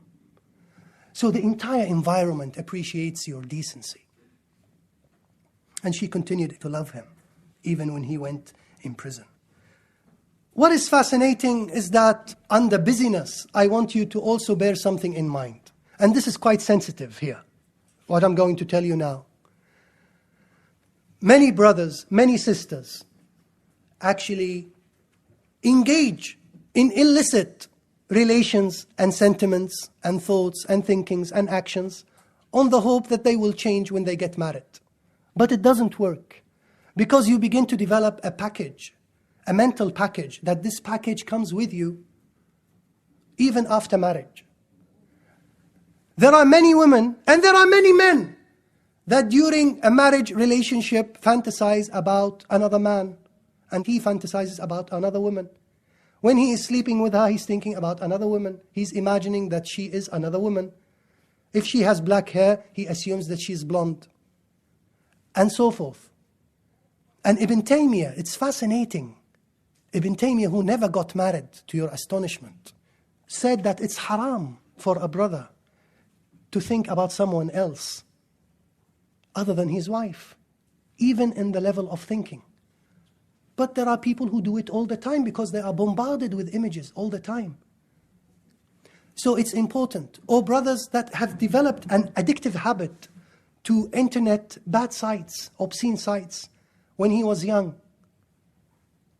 And when he gets married, he expects his wife to be adaptable to the package that he is coming from. Wear this kind of clothes, do this, do this. And the wife has not been trained to do that. If the wife has not been trained to cook, do you want her to be trained to belly dancing? It's impossible.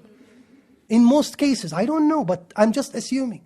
And therefore, a husband-wife relationship, and she expects him to be this, this, this, and he doesn't fill the expectation. So what I'm saying is that this addiction, don't think that it will wither away when you get married. The best thing is to be decent from the beginning. Look at this story. It's fascinating. An Arab man divorced his wife after discovering that she was also his virtual girlfriend. So Sandy Candy is Muhammad that is in the kitchen. The man had been flirting with a woman on an internet chat room for several months. But when they finally met up at a bus station, he recognized her as his wife. He immediately shouted the Arabic words for, "I divorce you 3 times." The husband had assumed the online identity of Adnan. while his wife had described herself as an unmarried Muslim lady called Jamila, whose cultural interests include reading and portraying my husband. It was reported that when the man uttered the words of divorce, effectively ending the marriage, the woman responded by calling him a liar before she fainted. What is fascinating in this story is not what you think is fascinating. To me, what is fascinating is that this husband can exactly be a romantic husband, can write rosy words and poetry. And this wife who is always changing the nappies and in the kitchen can be a romantic wife, but they have never been trained to utilize their emotional intelligence with each other. So Candy becomes Muhammad, and Muhammad becomes Candy. And Abu Ali becomes Adnan, and Adnan is Abu Ali. While they are at the same time the same people. So we need to develop this emotional intelligence, not with another woman, not with another man, but with our. So what do we deduce from here? What do we get out of this story? In our list of she and he. She felt an emotional vacuum in her life. He was emotionally filled. He was beloved by his father. He felt he was beloved by Allah. He felt in peace with himself. He didn't need the other to fulfill him. He didn't need the other to assure him that, oh, what a gorgeous man. He didn't need that. He was content. He had self-esteem. He had confidence. And this is what I said in Children Around the Prophet. That Al-Rasul ﷺ, when he was upbringing his children, Fatima, he used to treat her what? He used to, whenever he sees her, he kisses her, he stands up for her, he kisses her on her forehead. And he makes her sit in his place. He fills her emotionally. So when she goes outside the household and she hears or sees a man telling her, what a beautiful girl, she doesn't fall for him. Because her father filled her. She comes from a stable family background. Nowadays, the daughter perceives herself in the sight of her father and mother as an evil, as devil, as ugly, as stupid, as an idiot. But when there is a real idiot outside, a real idiot wolf outside saying, wow, what a nice, beautiful girl, she falls for him. Because that's the only time and only context in which she heard someone say to her something that is beautiful. He doesn't have to be Yusuf. He doesn't have to have the looks. He just has to have the crafty mind in tapping into what a woman wants. And he knows that, while a father doesn't know it. So she was feeling and encountering an emotional vacuum, while he was emotionally filled. And of course, the third and most important, of course, is that he was connected with Allah, while she was not. But really, this connection with Allah, I want to take it a step further, because we hear a lot about connection with Allah, lowering the gaze, fear Allah, etc. But really, I would like to emotionalize the relationship between you and Allah. And that is how it should be. Do you know sometimes when you love so much, if you've experienced that, you love so much your husband, you love so much your wife, you love so much your father, you love so much your brother, you love so much someone who you love because you see and you respect. Will you be able to look in a bad way to someone in a particular context in front of that person whom you love? You will feel embarrassed. Look at two brothers when they are in the underground. Everyone is doing like this.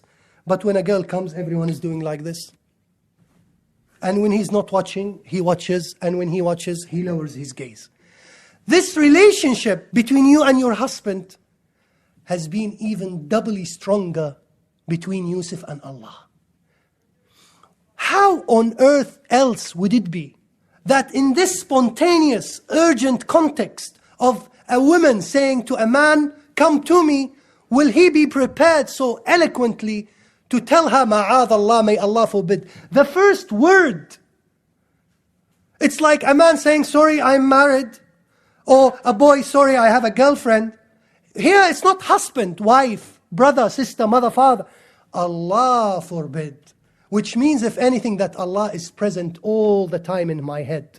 So I am emotionally filled, I am busy, but more importantly, Allah is in my head. In this context, it's virtually difficult, if not impossible, to fall for anyone, be it a woman, power, man, job, any kind of temptation.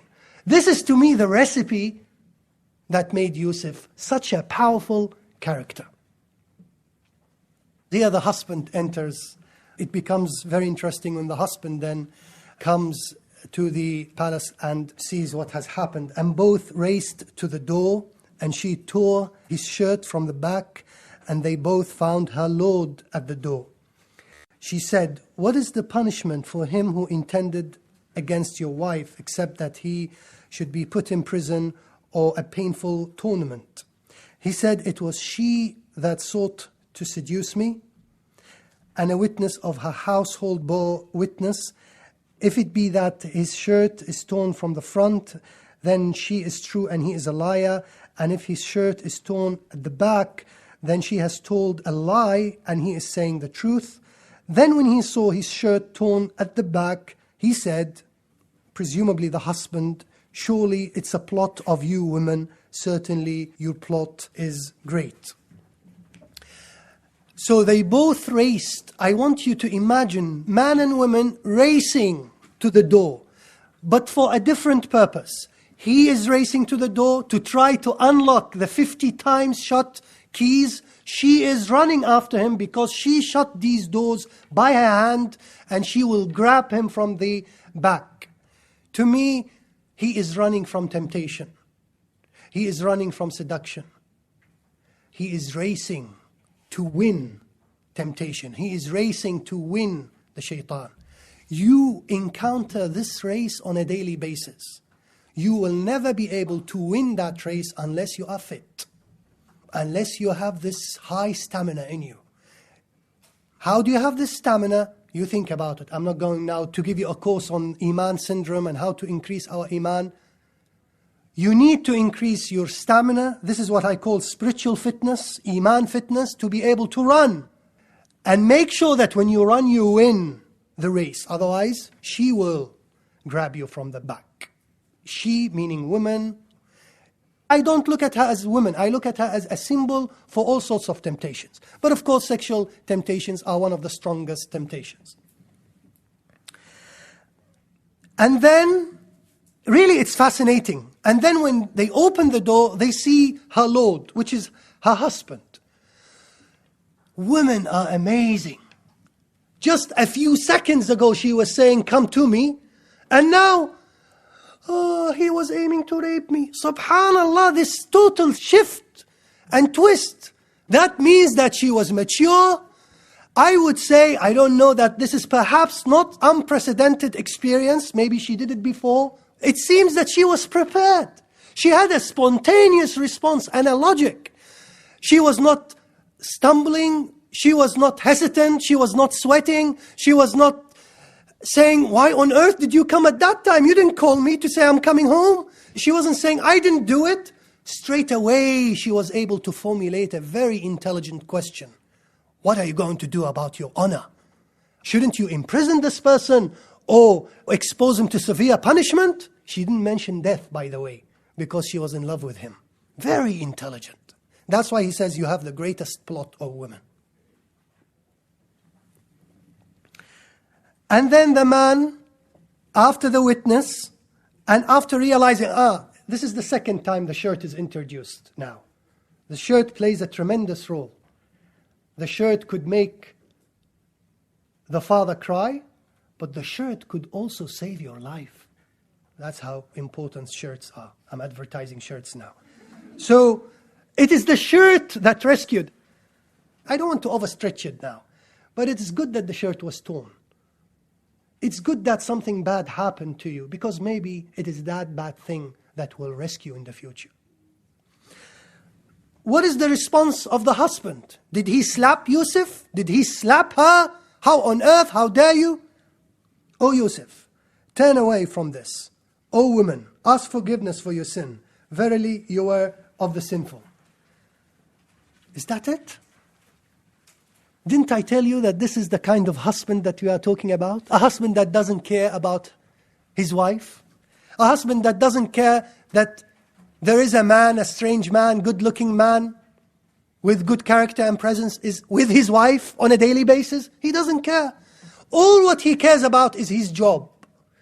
All what he cares about is his employment that enables him to pay the bills.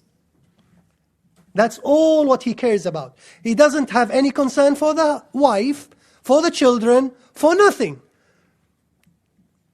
Just about his status in society. So, keep quiet, Yusuf. And you ask for forgiveness, and that's it. Did he take Yusuf at least out of the house? Even that he did not do. And Yusuf continued to be in the house. Now, I told you something that I want to connect with this verse. Do you remember when I told you that it might have been repulsive for a woman to invite a man, and a man being attracted to a woman that invites a man verbally, because some would consider it not to be that feminine? Did you remember that? Where did I get this from? Actually, Yusuf continued to be with the women in the house. And therefore there was another context of continuous temptation, even now, if it did not involve this vulgarous way of inviting. So the temptation continued. Now he knows that she is in love with him. But she doesn't invite him anymore because the husband reproached her. She doesn't invite anymore, but the context of temptation is still there. And now she can act feminine. And now she can act normal. And now she can just look at him, smile at him, dress the following day in a certain way, wear this perfume. It is the post-invitation period which was more tempting for Yusuf than the temptation event itself. We don't know how long he stayed in the palace with her.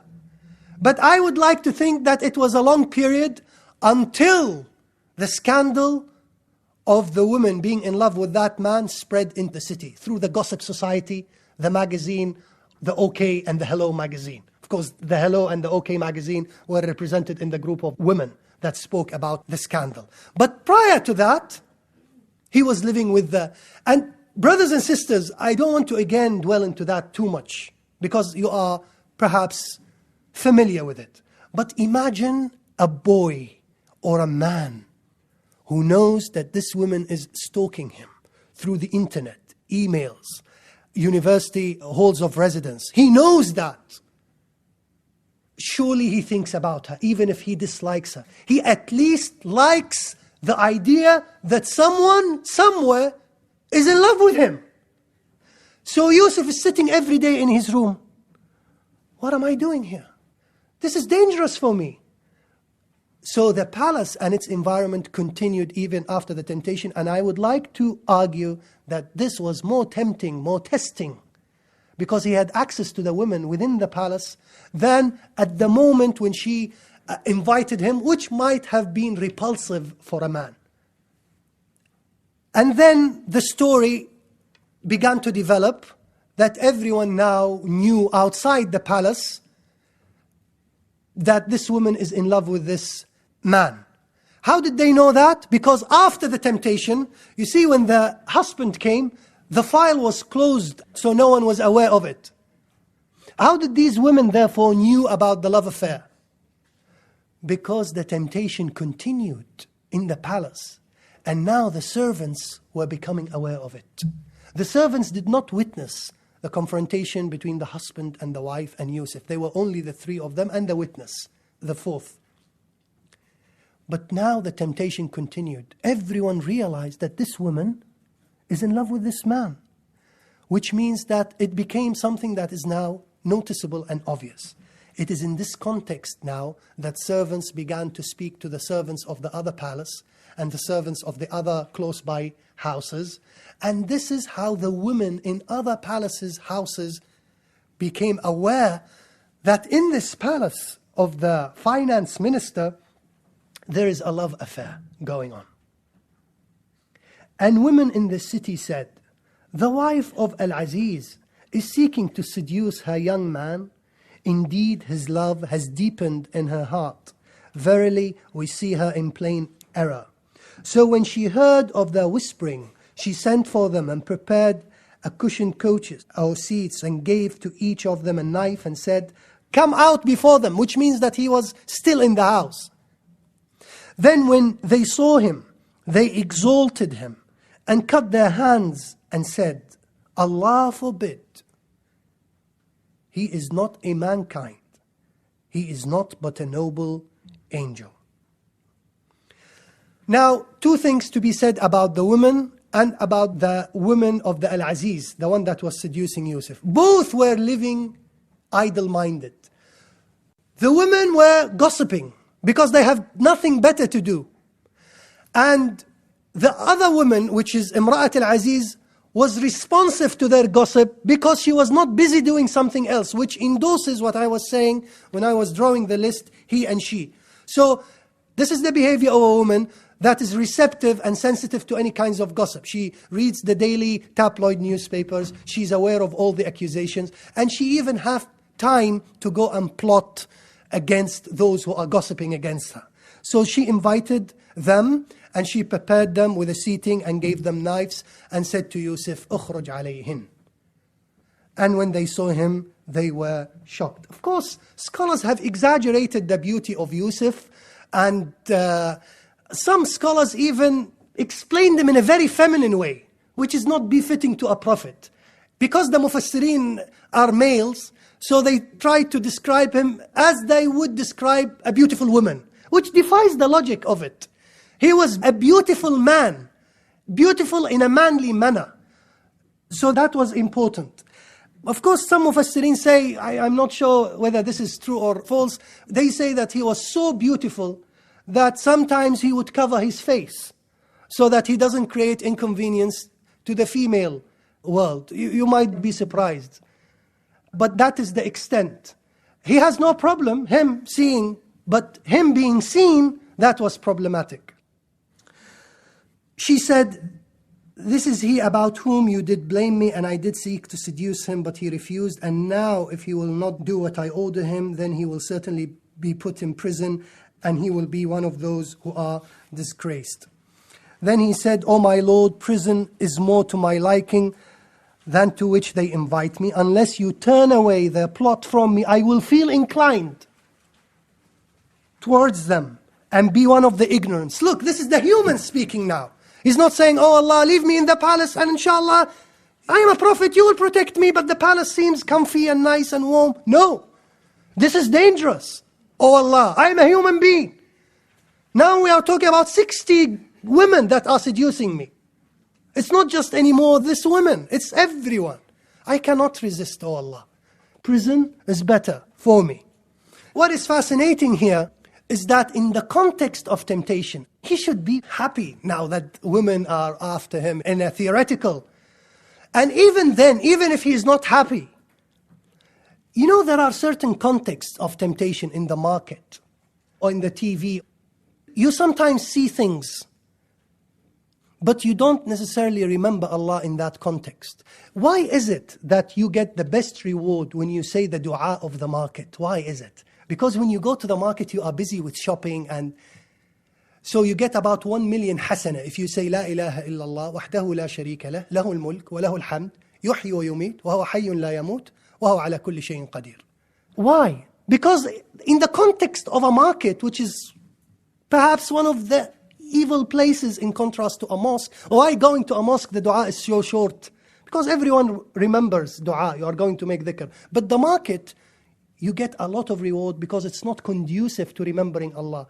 The point is that in this context of seduction and temptation, which is not conducive to someone thinking about anything to do with Allah, but to do with his manhood, "Oh, I didn't know that I was that cool."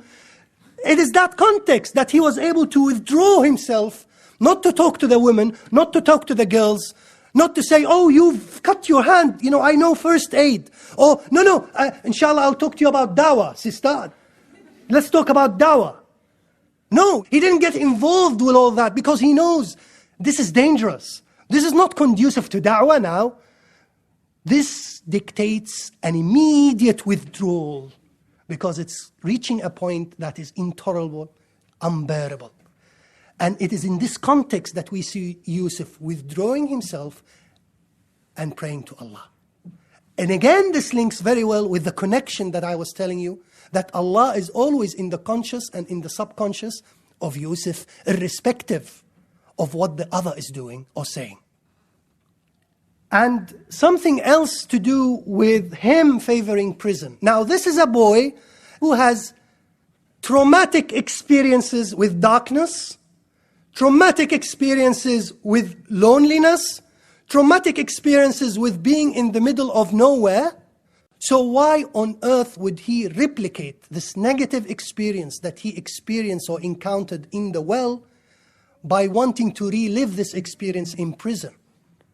You would expect him to fear anything to do with darkness. This is the paranoia I was saying to you, that he did not become paranoid from mice, because if I go to prison there will be mice. No, I don't want mice.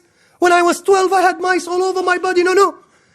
Because he's thinking now in new terms. To me, prison is better than the palace. He wasn't thinking that prison is going to be worse than the well. He's not thinking about the well now. He's thinking about the palace. That is shifting the way in which he's thinking and prioritizing where he wants and does not want to be. But something else other than that. And that is, to him, it seems, again, in the same way that Egypt was an opportunity for him to expand in knowledge and broaden his mind and not to go back to Palestine. Perhaps he thought that prison is another opportunity to engage with the outer society and to begin now to give da'wah in the proper, serious sense. But more importantly to him, prison was real freedom. Because to him, prison constrains the body, not the mind and the soul. Being in the palace, I might enjoy 60 bathrooms and 70 bedrooms. But that's constraining my soul. That's constraining my mind. I don't want to think about women. I don't want to think about seduction. I have greater energies that should be channeled to upper, higher aspirations and achievements. I don't want to continue thinking about my lower parts. I have a brain, I have a heart, I have muscles, I have energy. Maybe prison will enable me to exercise these energies and channel them positively in a way that the palace would not do.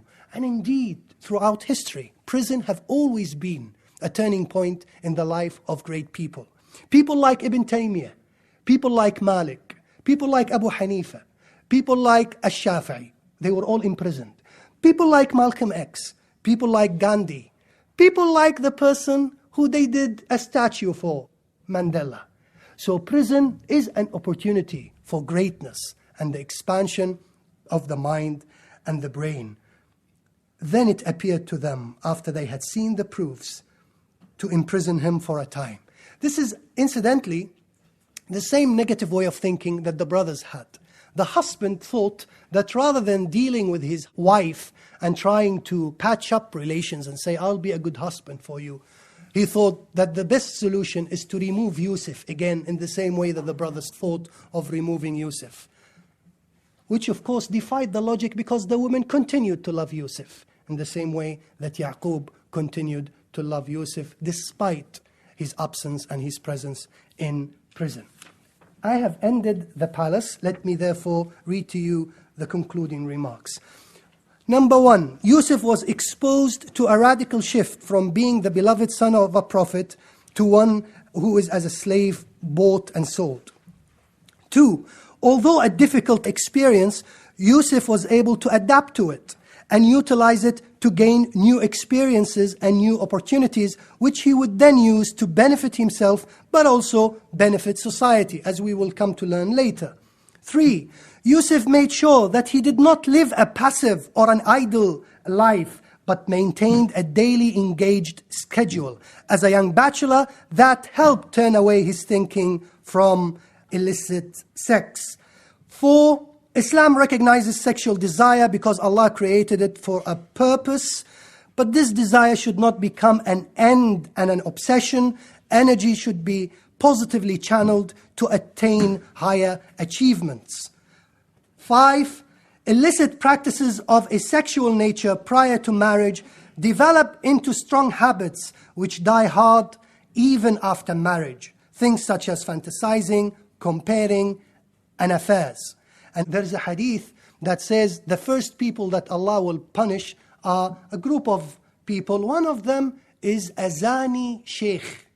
A sheikh, an old man who is continuously committing adultery and fornication. Now, the tafsir of this hadith is that he will be punished because he's a sheikh, he's an old man. He shouldn't be thinking about these things now by that age. He should be thinking about more spiritual matters, that he is married now and has children, etc. But he continues to commit adultery. But another tafsir actually, or another interpretation, seems also to be relevant. And that is the fact that this man have always got into the habit of having affairs with women. So much so that age, marriage, having children, grandsons and granddaughters did not change his habits. So he will die as an adulterer. 6, emotional fulfillment is a natural need and should be satisfied first at home by the parents and later husband or wife.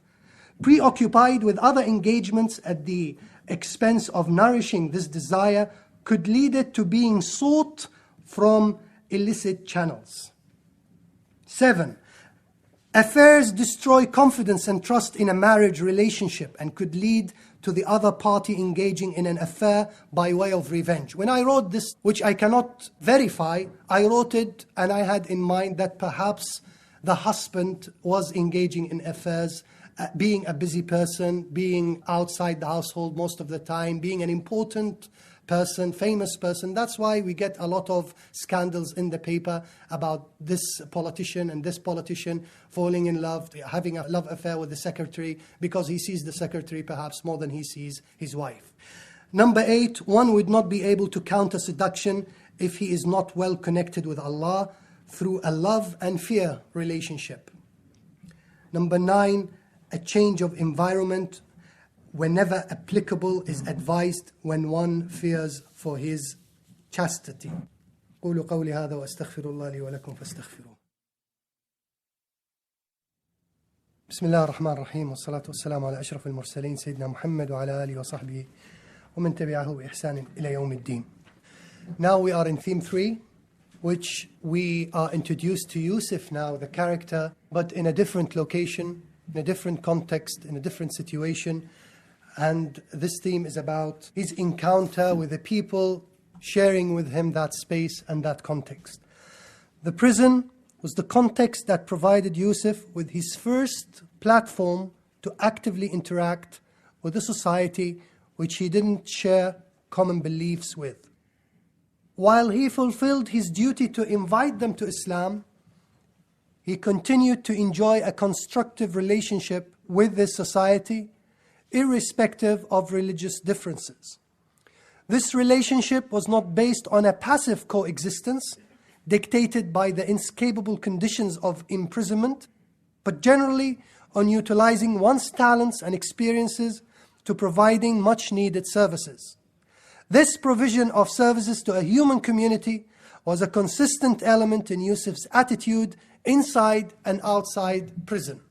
So that's the paradigm in which I will be approaching Yusuf's experience in prison. And 2 young men entered prison with him. One of them said, I dreamed that I am pressing wine. The other said, I dreamed that I am carrying bread on my head, and birds were eating thereof. Tell us the interpretation of this. Verily, we see you a righteous person. This is now, we are told from the outset that in prison he's not lonely, he's not being in a cell by himself, and that he is interacting with people. Of course, the Mufassirin tells us that he was interacting with many people, and on a daily basis. But the Qur'an zoomed the camera into this episode of interaction between him and 2 particular young people, 2 particular young men. It doesn't mean that there were no other young or senior men, but these 2 young men give you a glimpse of something that will be of relevance later in the release of Yusuf and in his assumption of power. Now, this is the first time in which we are introduced to Yusuf talking properly now. With his brothers, he was silent. With his father, he was brief because he was in a process and in a stage of listening and learning. In the palace, he has no time to talk because he's so busy. And he was so brief. When he was enslaved, he didn't want to go back to Palestine. And they wouldn't appreciate what he has to say anyway. So he kept silent throughout. Some say that perhaps he began to talk because he was now a prophet. And now it became a duty for him to speak and to talk. But I would like to think that there was another reason. That it seems that he found that the prison is a more conducive context and environment that will make people be more receptive to him than when he was in the palace. You see, when he was in the palace, he was perceived as a slave. And the husband is most of the time out. The woman is obsessed with him. She's not in the state of mind of him speaking to her about God or about Allah or about Islam. And it's dangerous anyway to speak to her because there is already a dangerous context that has been created. Prison is different. Prison, you have people who don't know when they will be released. People who are depressed. People who some of them might be hanged the following day. People who are more receptive. People who are of the same age, two young men. People who might be slaves like him. People who have a common ground in which they will become more receptive. And therefore, this context is more conducive for da'wah. Now, what's the point? What am I getting at? I am trying to tell you that yes, invitation, you invite people to Islam as a principle. Yes, you do that. But you need to be aware of your surrounding. And whether your surrounding is conducive for people to listen to you or not. Sometimes people will not listen, but will see, so you act. Sometimes people will not listen, but they will read, so you write. Some people at that instant will not want to listen because they are angry. 9/11, 7/7, you wait for a month and keep quiet and say no comment.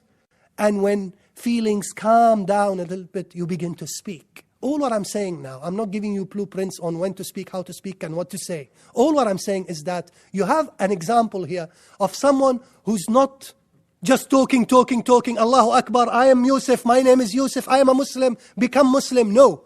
Someone who goes in prison, who looks at the surrounding and say, I think I will have an audience now.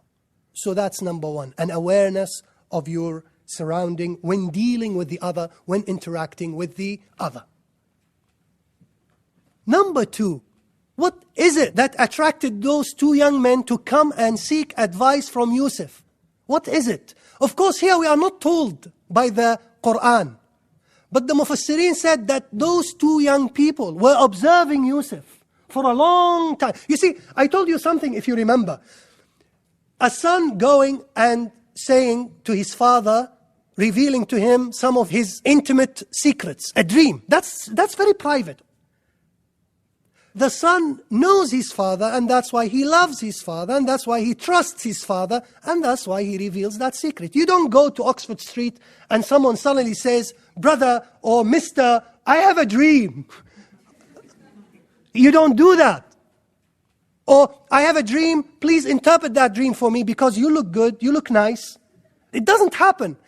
Those people, the Quran doesn't tell us that, but this is important. You deduce that those people were watching Yusuf, were interacting with him on a daily basis.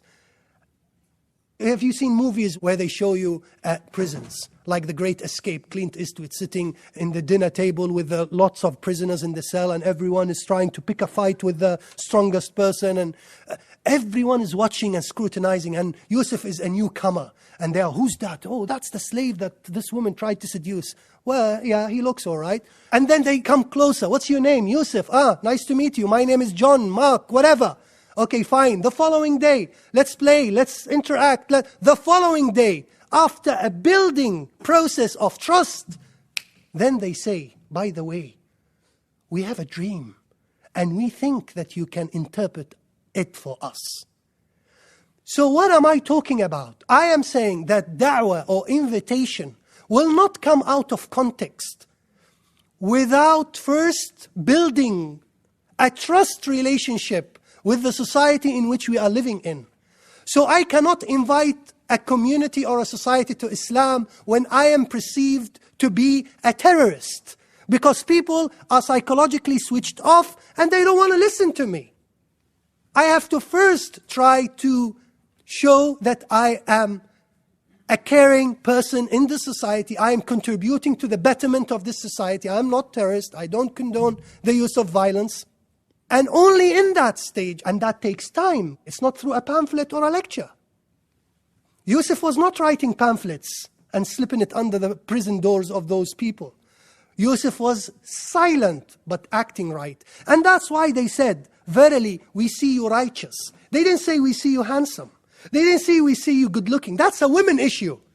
Now, it's a man looking at a man from a non-aesthetical looks point of view, looking at behavior, looking at decency, looking at straightforwardness and upright moral attitude. Then he seems cool, safe. Let me now disclose my dream to him. I have a dream. So that's the second point. The third point, Yusuf is not just a religious clergyman or a prophet in the spiritual sense, just praying and making dua, because that is not enough to build a social relationship. That's between you and God. We are not just talking about a religious, righteous person. We are talking about a likable, sociable character that interacts with the community regardless of the religious differences. From where did you bring that? The Mufassirin tells us that prior to those two boys coming to Yusuf and asking for help and advice, they would see Yusuf interacting in prison. He would visit the depressed. He would soothe them and calm them and try to heal them. Whenever a prisoner falls ill, he would go and visit him. We are not told this, but the Mufassirin tells us that Yusuf built a rapport, built an air of presence and respect. And this respect has only been manifested as an example by these two boys, but there have been perhaps other boys coming into him for other social problems. What is it are you trying to tell us? I'm trying to tell you that being a good Muslim in the religious sense, in the spiritual sense, will benefit only you. But you need to also develop a likable personality, a sociable personality, that is then becomes appreciated with human beings, regardless whether they are Jews, Christians, Hindus, Buddhists, or even atheists. And that's why in the hadith of the Prophet ﷺ, إِذَا أَتَاكُمْ مَنْ تَرْضَوْنَ دِينَهُ وَخُلُقَهُ فَزَوِّجُوهُ, that when someone proposes and that you are happy with his deen and his morals, with his akhlaq, give him your daughter. Now here Rasulullah makes a distinction between deen, that he prays and has a spot on his forehead, and between akhlaq. Akhlaq is what the wife will get from him, not the deen. The deen is between him and Allah. Of course, certainly there is a correlation, but that does not necessarily lead to the other. And there is a real story where a wife is complaining that her husband is religious, he's pious, but he is stingy. He doesn't spend on her. So she wants, for example, ice cream. He says, no, ice cream is not good for you. She wants McDonald's. No, this is the Mac world, capitalism. No, and expensive. She wants trousers. Okay, no, let's wait until Christmas or August, or when there is a 70% off on selected items, and that might not be the item. So stingy, doesn't want to spend any money. But he's religious. When the adhan, he goes to the mosque, etc. So the wife went and complained to her mother. And the mother went and spoke to the husband.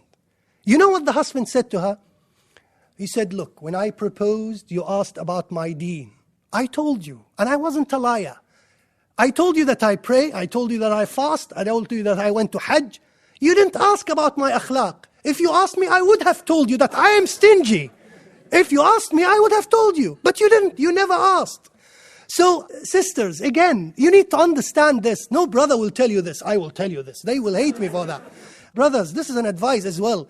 I'm not trying to say, don't give the benefit of the doubt, that when you see a hijab sister, etc., when you see this is good.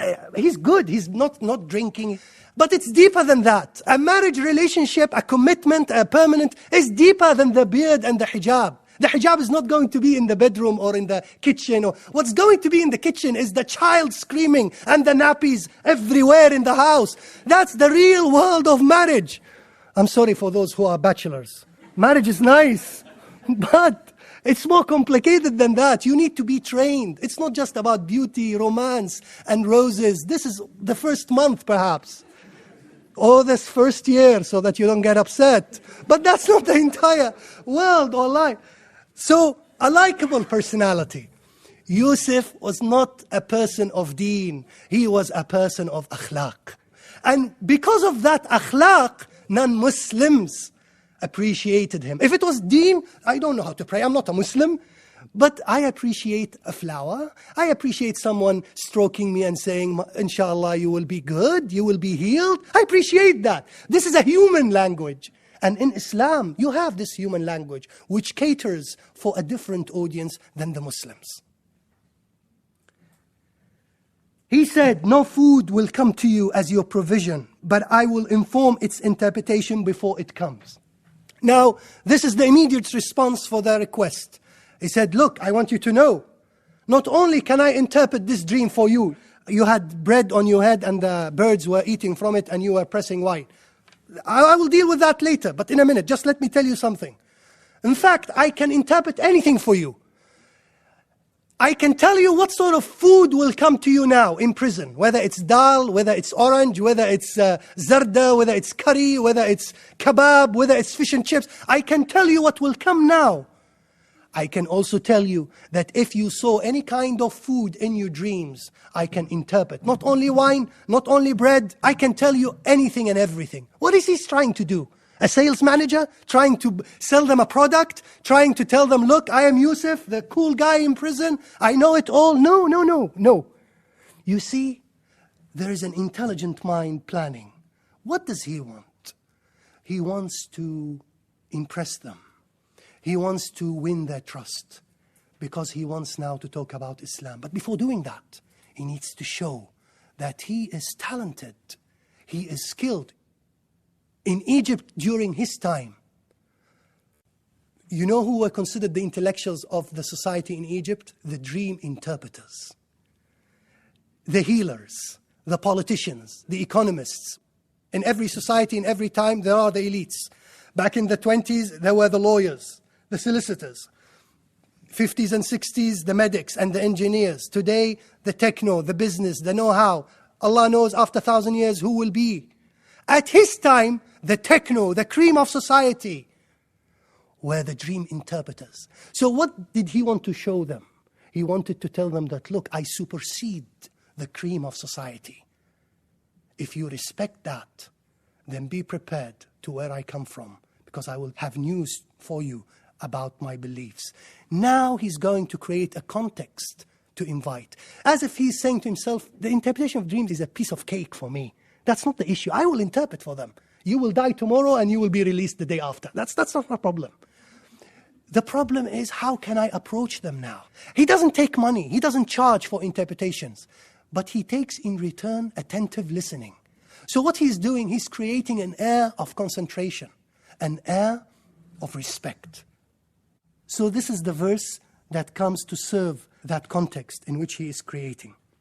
This talent of mine, it's not because I've been to Harvard, Oxford, Cambridge. It's not because I'm good looking, handsome.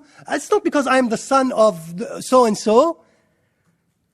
This talent that you respect a lot, do you know who gave it to me? Allah. Now Allah is in the conversation. Yusuf, I'm not interested in that. I'm interested in the bread. I'm interested in the wine. What does it mean? No, wait, listen. I will tell you, but just listen.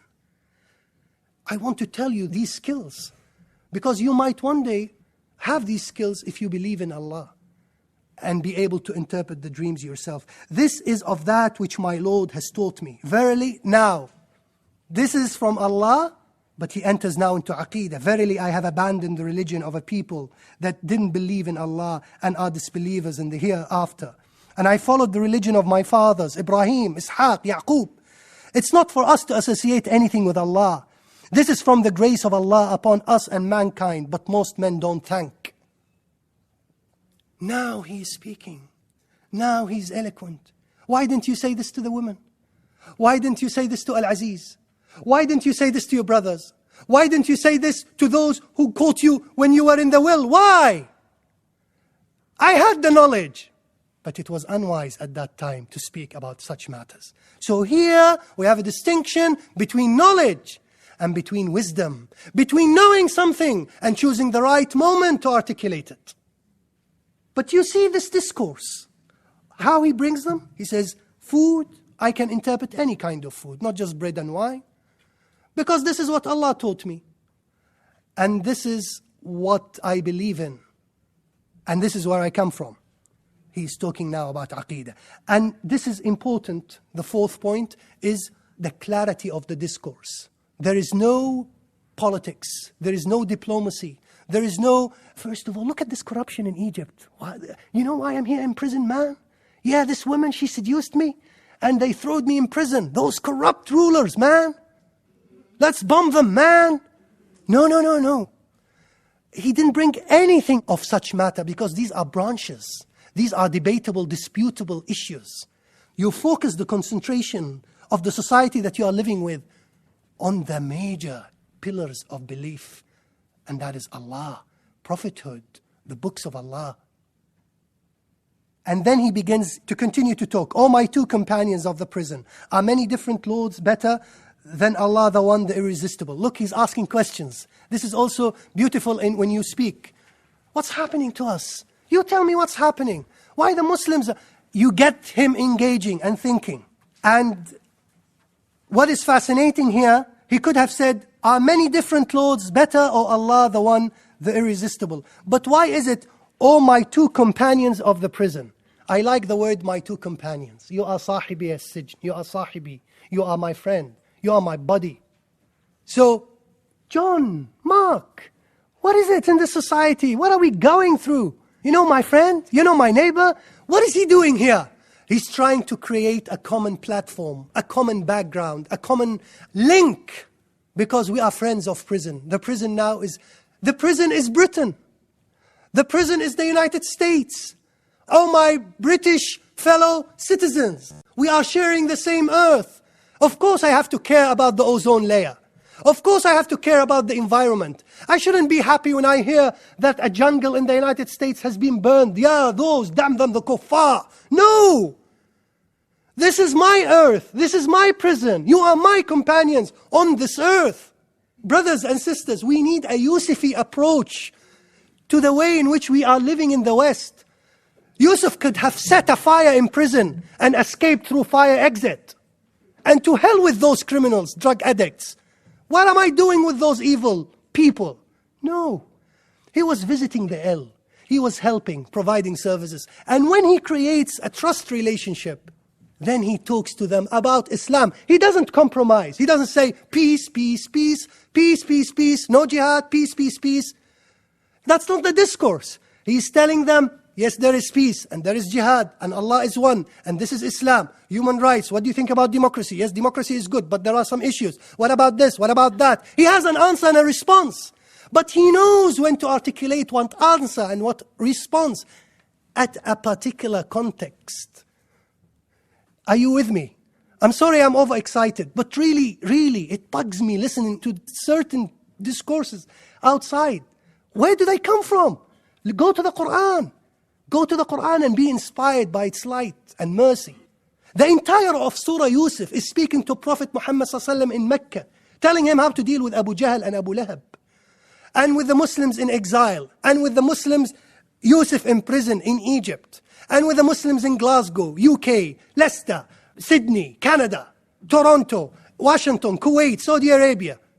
Everywhere. And I do believe that after 1,000 years from now, someone will sit here and listen and talk about Yusuf and say totally different things based on the different paradigms that would have been created at his time. That's the beauty, that's the multidimensional. Have you seen The Matrix?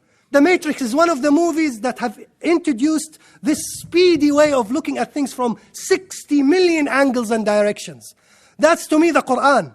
That's to me the Qur'an, that you can twist it and do it like this and do it like that. And still, you look at it from the bottom and the top and the right and the left, and you can still feel it's relevant to you. That's fascinating. And he dialogues, he talks, he doesn't use weapons, he doesn't use bombs. He invites them through dialogue, through dropping a question, through asking them logical questions. And he's saying to them, you don't worship besides him, but only names which you have named, you and your fathers, for which Allah has sent down no authority. There is no judgment but of Allah. He has commanded that you worship none but him. This is the straight religion, but most men don't know. La ikraha fi din, there is no compulsion in religion. Do you know when this verse was revealed? This verse was revealed when Rasul wanted to expel Bani Nadir. Bani Nadir is a Jewish tribe. They did a mistake, they did something that was wrong, and there was a covenant, there was an agreement, they betrayed, and Rasul said, you need to leave. Previously, a woman in Medina would not have children because the child is born and the child dies after a month or two. A group of women said, because at that time there was no Islam, Judaism, they perceived it as the true religion in comparison to atheism, which they were. So they would say that if Allah blesses us with a child, we will make him Jew. This is nether from us by Allah. When Allah bless us with a child, we will make him a Jew. So when Rasul expelled Bani Nadir, by that time there were many Jewish young boys who their fathers and mothers were Muslims. So those fathers and mothers went to Bani Nadir when Rasul wanted to expel them and started to pressurize the sons before they leave to become Muslims. Oh, don't leave. Don't leave. Become a Muslim. If you become a Muslim, you will not leave. Denounce Judaism. Rasul said, no, don't do that. Don't ask them to denounce Judaism. Leave them alone. And in this context, can you believe that, brothers and sisters? قَدْ تَبَيَّنَ الرُّشْدُ مِنَ الْغَيِّ. It's clear now. Leave them. Leave Shimon, Rabin, Simon, Shimon, Samuel. Leave them. La ikraha fi din. It is in this context. So I cannot compel you to become a Muslim. Yusuf could not compel. And after that, he began to interpret the dreams. O my two companions of the prison, as for one of you, he will serve wine for his Lord to drink. He didn't say to him, you will be released, but don't sell wine. To his religion, wine is permissible. To the Hebrews, wine is haram. And as for the other, he will be crucified. Bad news. And the birds will eat from his head, not your head. The matter about which you inquired has been decreed. Now, did they become Muslims? Did this person who was shocked to know that the following day he will become dead and crucified, did he become Muslim? Some Mufassirin say yes. Some Mufassirin say both were Muslims. But the best Mufassirin say, we don't know. And it's good that we don't know. You know why? Because Allah wants to tell us that invitation to Islam is a principle regardless of the consequences or the results. It's not your business whether they will believe or not. That's in the hands of Allah. Your business is to try to persuade and convince. Because if the results were positive, every time the results are negative with us, we will begin to say, what's happening? We are not doing the right thing. No, you are okay, but Allah did not will. And this links with the death of the uncle of Rasul ﷺ, while Rasul ﷺ trying to persuade him to become a Muslim, yet he chooses not to. And the other thing, provision of services unconditionally. After he said what he said, now he interprets the dreams. He does not say, you become Muslims first, and I will interpret the dreams. He does not say, Who are you? Al-wala wal-bara. I should hate the kuffar. Why should I give you good news? You are going to be released. Only you. I'll tell you. I'll interpret it. You will die. As of you, I don't know the dream. No, that's not the issue. He perceives himself as a citizen of Egypt. He now assumes Egyptian citizenship. And these are his fellow citizens sharing with him the earth. And he has to provide services, interpretation of dreams, computer skills, technology, professorship, teaching, accountancy, provide skills to the community in which you are living with. I am done with half of the session because we have the beautiful king sleeping now, dreaming about 7 cows. You need to understand this dream as well, because it is that dream that will ultimately lead to the release of Yusuf from prison, and we shift to another scene where he then begins to reunite his family again. Now we are introduced to a new scene that takes place outside the prison, but will have its positive impact on Yusuf inside prison. And he said to the one whom he knew to be saved, mention me to your Lord, but Shaitan made him forget. Now Shaitan made him, some said him, relates to Yusuf, but the majority opinion say relates to the man that was saved. The man that was saved was so happy that he forgot everything about Yusuf. But Shaitan made him forget to mention it to his Lord, and here the Lord is not Allah, if you take the other opinion, but is the king. So he stayed in prison for several years more. Bid'a sinin in Arabic could be between 3 and 9. So no one knows exactly how much. If you want a number, some Mufassirin say 7 years. So Yusuf stayed for 7 years. How many days? How many hours? How many months? Only because he doesn't want to live in prison? Only because he doesn't want to live in the palace? And only because of the hypocrisy of the society in which he was living in. Yet, that did not traumatize him and did not create a hating person towards society. He wasn't saying, the moment I'm released from prison, I will destroy this woman. I will bomb all airports in Egypt. He wasn't saying like this. He wasn't thinking like this. All actually what he was thinking about is the betterment of Egypt and the advancement of Egypt. And the king said, now we are introduced into a new scene. And the king said, I saw 7 fat cows, that they are being eaten by 7 lean ones. And of 7 green ears of corn, and 7 others dry. O notables, explain to me my dream, if you can interpret dreams. They said, mixed up false dreams, and we are not skilled in the interpretation of dreams. Now he remembers, after 7 years. And the one who was saved of the 2 said, when he remembered after a long time, I will tell you its interpretation, so send me forth. O Yusuf, the man of truth, give us interpretation regarding 7 fat cows which are being eaten by 7 lean ones, and 7 green ears and the other 7 dry, that I may return to the people and that they may know. Now this is quite a strange dream, because as they say, the king saw in the dream 7 cows, fat ones, eaten by lean, thin cows. This is difficult to imagine, because usually the fat cows eats the lean ones, not the opposite. And then he sees green ears of corn sharing the same soil with other 7 dry ones, sharing the same soil, sharing the same water, sharing the same environment. Yet 7 are green and 7 are dry. And that's why they said this is a funny dream. This is adghaf ahlam, mixed false dream. It seems that you have eaten so much in the evening that when you went to bed you began to see cows. And this is the cream of society, O notables, he's saying.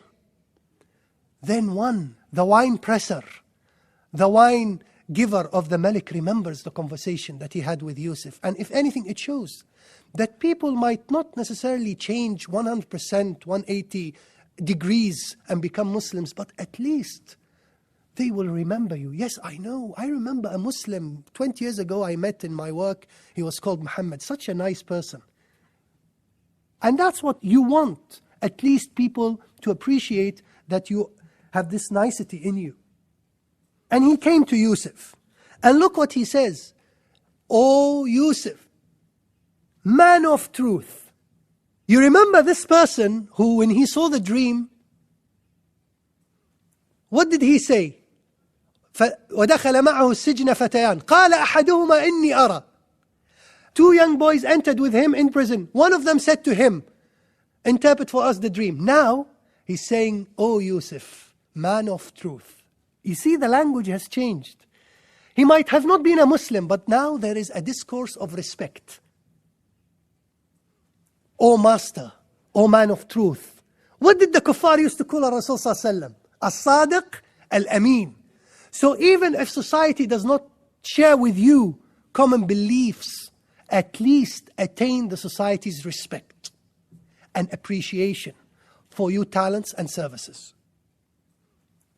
Now, if you were in the position of Yusuf, if I, not you, so that you don't get offended, if I was in the position of Yusuf, I would say, "Didn't I tell you 7 years ago to mention me to the king?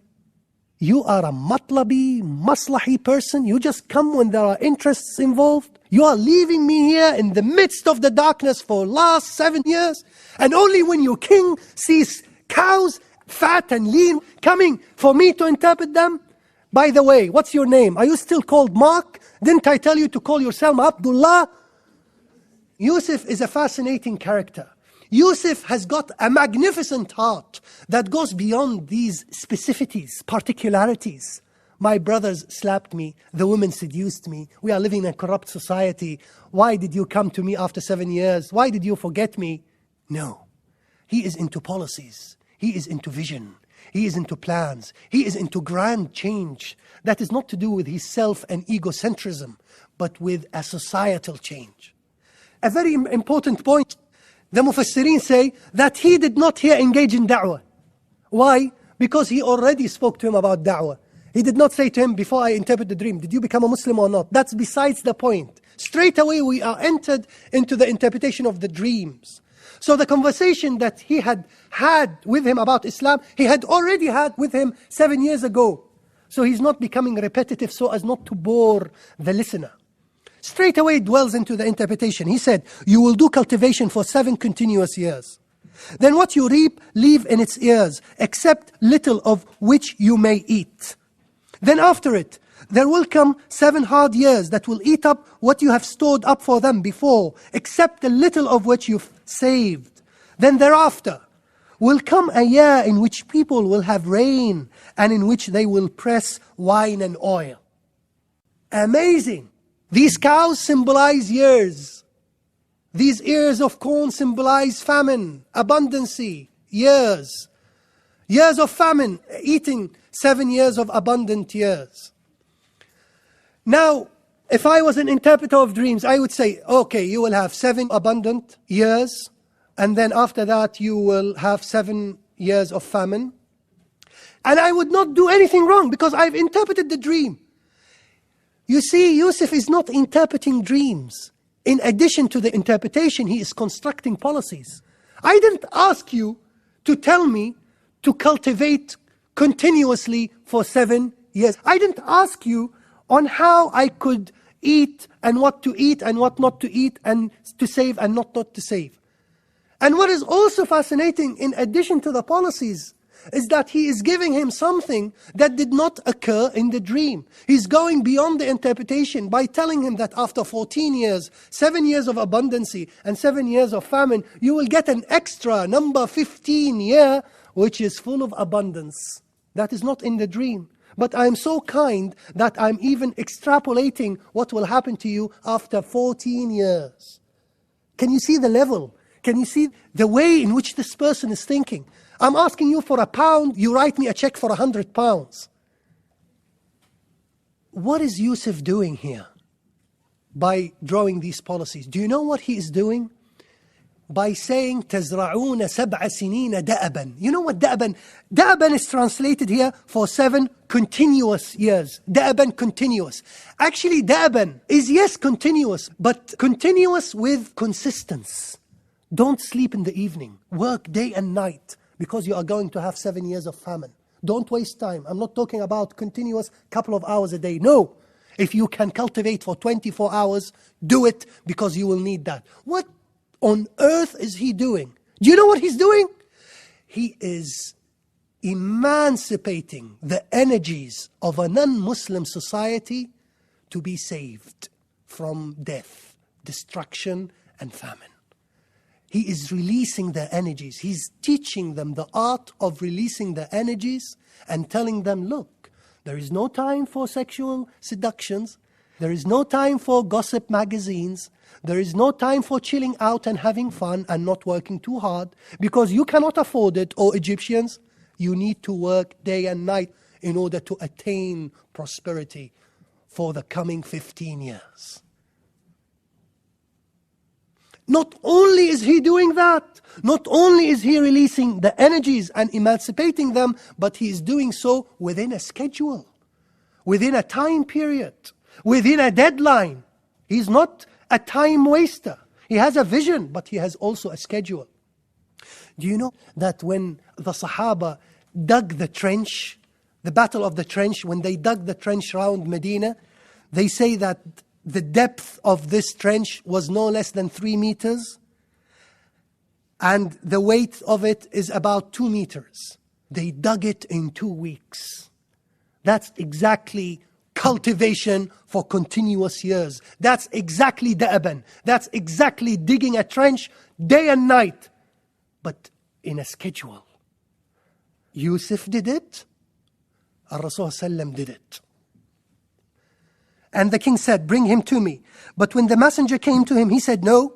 He said, return to your Lord. And asked him, what happened to the women who cut their hands? Surely my Lord is well aware of their plot. He didn't say, go and ask what happened to the woman who closed the doors 50 times and torn my shirt. Because he still respects her. Because he's still grateful for her. She gave him food. She gave him shelter. Remember, akrimi mathwah, make him comfortable. Muslims are grateful. Muslims do not forget what good others have done to them, even if those them were the responsible people behind their unjust accusation and imprisonment for over 7 years. He said, the king, what was your affair when you did seek to seduce Yusuf? The woman said, Allah forbid. We did not find any evil in him. The wife of al-Aziz. This is the happy ending of the story. The wife of al-Aziz said, now the truth is discovered. It was I who sought to seduce him, and he is surely of the truthful. This is in order that he may know that I didn't betray him behind his back. And verily Allah does not guide the plot of the betrayers. And I free not myself. Verily the self is inclined to evil, except when my Lord bestows his mercy. Verily my Lord is oft forgiving, most merciful. Now she's old. She's still beautiful, but she's mature now. She loves him, but she's in control now. Things have changed after all these years. She confesses. She changes. She repents. Did he give her da'wah? Did he smack her? Did he make dua against her and for her to be destroyed? Did he even mention her name in an evil, scandalous context? No. And it is exactly the no that he didn't do that changed her. That changed her. You see, changing people is one of the most difficult exercises in the world. The easiest is to bomb them, to kill them, to terminate them, to curse them, to make dua against them. The most difficult is to be patient and not to mention them and to be grateful and to make dua that Allah might guide them. This is what the Prophet ﷺ did, and you know that. So Yusuf didn't do anything. And it is that tolerance that changed that woman. Not only that woman, but even the rest of the women. Yusuf actually was responsible for the change of a group of women. I don't know how many women were present in the palace cutting their hand. That was ages ago when they cut their hand. But things have changed. Now they are saying, no, he was a good person. He was a so decent person. We couldn't even seduce a bit of him. And it is this decency that I've been talking to you about. Women respect decent men. And the king said, bring him to me, that I may choose him specially for myself. Then when he spoke to him, he said, certainly today you are with us, high in rank and fully trusted. Yusuf said, set me over the storehouses of the land. I will indeed guard them with full knowledge. And thus we give full authority to Yusuf in the land. Not just in the prison, not just in the palace, not just in the well. Yusuf is in charge now of the entirety of Egypt, where he might live wherever he wished. They say that Yusuf in Egypt can go to the east and the west, up and down the country. He can settle here and buy a house here and buy a villa here. He can settle here. Egypt! Brothers and sisters, Egypt became under his control, total control. That's now a new kind of test. He owns all the women in Egypt. He can get married to the most beautiful. He can wage an army against his brothers. He can do all sorts of evil things. He can go and wage a war into the nearby country and spread Islam by saying, Allahu Akbar. He can do all that. But no, he became part and parcel of the policy now that he drew when he was in prison, and now he assumed responsibility to implement it. And thus we give full authority to Yusuf in the land, where he might live wherever he wished. We bestow our mercy on whom we please, and we don't waste the reward of the righteous. Indeed, O Allah, you don't. And surely the reward of the hereafter is better for those who believe and fear Allah. And I will end it just by saying, have you noticed a change in the king's discourse? Initially he was saying, bring him to me, because he was 50% impressed as a result of the interpretation of dreams. Now he says, the second time, bring him to me and make him special to me only. I want him to be for me only. You know why? Because now he learned that Yusuf is innocent. Now he learned that Yusuf is not a womanizer, as I thought through the gossip magazine and media. Now I can entrust him, because not only is he intelligent, but he is upright and decent. Not only is he religious between him and God, but he has also akhlaq and moral connection with the people.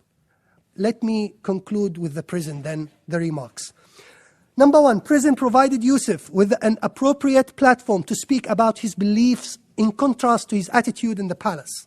Number two, his social interactions with the prisoners was not pretentious or fake, but stemmed from a genuinely warm social behavior. 3, it's this sincerity that made him such a likable, beloved character by Muslims, such as his father, and non-Muslims, that included criminals in prison. 4, it's important that a community is made aware by your skills and talents, for them then to trust and respect you. 5, calling to Islam, provided the time is right, should be clear and straightforward. The focus should be on the bases and pillars of belief, not on the branches or disputed matters. 6, invitation to Islam is based on dialogue and conversing in a way that is comprehensible and interesting to the listener, not on coercion or the use of violence. 7, searching for common grounds is a powerful mechanism of influence in conversations and arguments. 8, ultimately the real challenge is to pitch your discourse, to strike a chord with the audience. One way would be to show that your discourse is relevant to their everyday concerns, and that your understandings, visions and talents are able to provide comfort and relief for their agonies. 10, invitation to Islam is a principle of attitude regardless of the results. 10, provision of services should be a principle of good citizenry and should be devoid of putting conditions in return. 11, Muslims should aim to motivate human beings, despite their beliefs, to channel their energies in constructive directions. Number 12, a consistent, sensible, and confident personality is a powerful one that has impacts on others in different ways. This point is in relation to the power of Yusuf's personality, because he is in charge. When the king says, you come, he doesn't come. When the boys ask him to interpret the dreams, he doesn't do it immediately. He is in charge. He says, I will talk to you about Islam first, and then I will interpret the dreams. We are talking about a helpful person, but not a naive person. A person who has got a vision, and he is in charge of the situation. And this is the real source of power and attraction and charisma and presence in Yusuf's character. أقول قولي هذا واستغفر الله لي ولكم فاستغفروه إنه الغفور الرحيم. بسم الله الرحمن الرحيم والصلاة والسلام على أشرف المرسلين سيدنا محمد وعلى آله وصحبه ومن تبعه بإحسان إلى يوم الدين. Brothers and sisters, I have good news for you. Now it's reunion. Now for the first time, Yusuf, after all these years, have one small mission to achieve. He changed the women. He changed the community's life. He might not have changed their religion, but he has certainly made their lives easier. But now he has got his brothers. And this is the beauty of this narrative, that we begin the chapter with a scene that describes jealousy and hatred. We end it with the same players, the same family, the same household. But things have changed now. Age, grey hair, maturity, more experience. But it was deeper than that. And we will see this element of reunion manifested before the eyes of Yusuf, but in a very sophisticated, complicated, intelligent way. Yusuf, in power and in charge of public affairs, was another context that provided him with the opportunity to reunite with his family after decades of absence. This is the scene where we now see the not any longer silent Yusuf interacting with his brothers. His new position in power, like all the different tests before, did not affect his consistency and well-established manners. Yusuf was eager to reunite his family because he believed in the importance of family bond. And in doing that, he was prepared to forgive and forget past traumatic experiences. Again, his patience and his forgiveness had an impact on all his 10 brothers who had now repented and some say later chosen by Allah to become prophets. So how does he do this? How does he establish and achieve this change? And Yusuf's brethren came and they entered to him. And Yusuf recognized them, but they remained unaware of him. And when he got ready their bags, he said, "Bring me a brother of yours from your father. Don't you see that I give full measure and I'm the best of the hosts? But if you don't bring him to me, there will be no measure for you, nor shall you come near me." They said, "We shall try to get permission from his father, and we will certainly do it." And Yusuf said to his servants, "Put their money in their bags so that they might recognize it when they go back home, in the hope that they might come again." Now, what are we encountering? For the first time, we encounter this meeting between brothers of Yusuf and Yusuf, but in a totally different context. It's so different that they can't even recognize him. What is it that made him unable to recognize him? You immediately say, well, it has been ages since they have seen him. And he was quite young, so when he grew up, he changed. Now, you tell us that when he was seduced, he was at the age of 40. Another 15 years, maybe he's 50 now. Last time they saw him, he was 12. Fine. Okay, that's a good point. But perhaps I introduce you to another point. People don't necessarily change a lot when they grow up. I'm sure you have photos of yourselves when you were young. I have photos of myself when I was young. Imagine I was young. Yes, I was young. Small baby. And then at the age of 2, at the age of 3, at the age of 4. When you look at these photos of yours, you don't necessarily see a radical change. So it's not just about the looks, but it's about where you are now. So for example, if the brothers of Yusuf perhaps met Yusuf in a different context, if they met him somewhere in Palestine, and he was doing nothing, he was like them, the context could create some sort of a correlation whereby the memory could make this connection, that this looks like Yusuf. He is in Palestine, it's certainly Yusuf. If they met Yusuf in Canada, it's impossible that he went to Canada. They are meeting the Prime Minister of Egypt. The last time they saw Yusuf at the age of 12, they were planning for him to become a slave. So if you ask them at that time, where is Yusuf? They will either tell you he is dead or he is a slave. So that does not therefore help them to make a connection that this is Yusuf, if Yusuf is not neither dead or a slave, but is a prime minister. The position of Yusuf makes it impossible to make any connection with the past. You know what this tells us also? It links with what I was telling you, that Yusuf have progressed so fast that now through this ladder of social mobilization, he is not anymore a slave, but he is the Prime Minister of Egypt. And that links with what I was telling you, that he had no time to think about sexual desires and women. Because if he had been thinking about that, he would have remained a slave.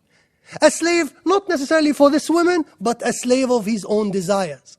The moment that he emancipated, freed himself, freed his soul, he could now then fly from prison to the palace, to the kingdom of Egypt. While the brothers, he could recognize them, not only because they were old when he left them, but also because they didn't change. They are still working in BT. They are still working in the cinema. They still have a fish and chip shop. They haven't changed. They are still in Palestine. They are still 10. They are still jealous. They still hate the other. They haven't changed. They haven't progressed. What am I telling you? I am begging you that when we meet after 20 years, try to surprise me.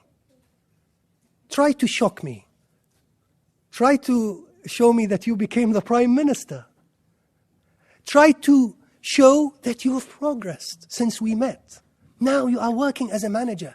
I don't want to ask you and tell you, what are you doing? You say, I am in the same job 20 years ago. Fine, not a problem. Do you like it? I don't want you to tell me, it's all right, gets me paying the bills. I don't want that.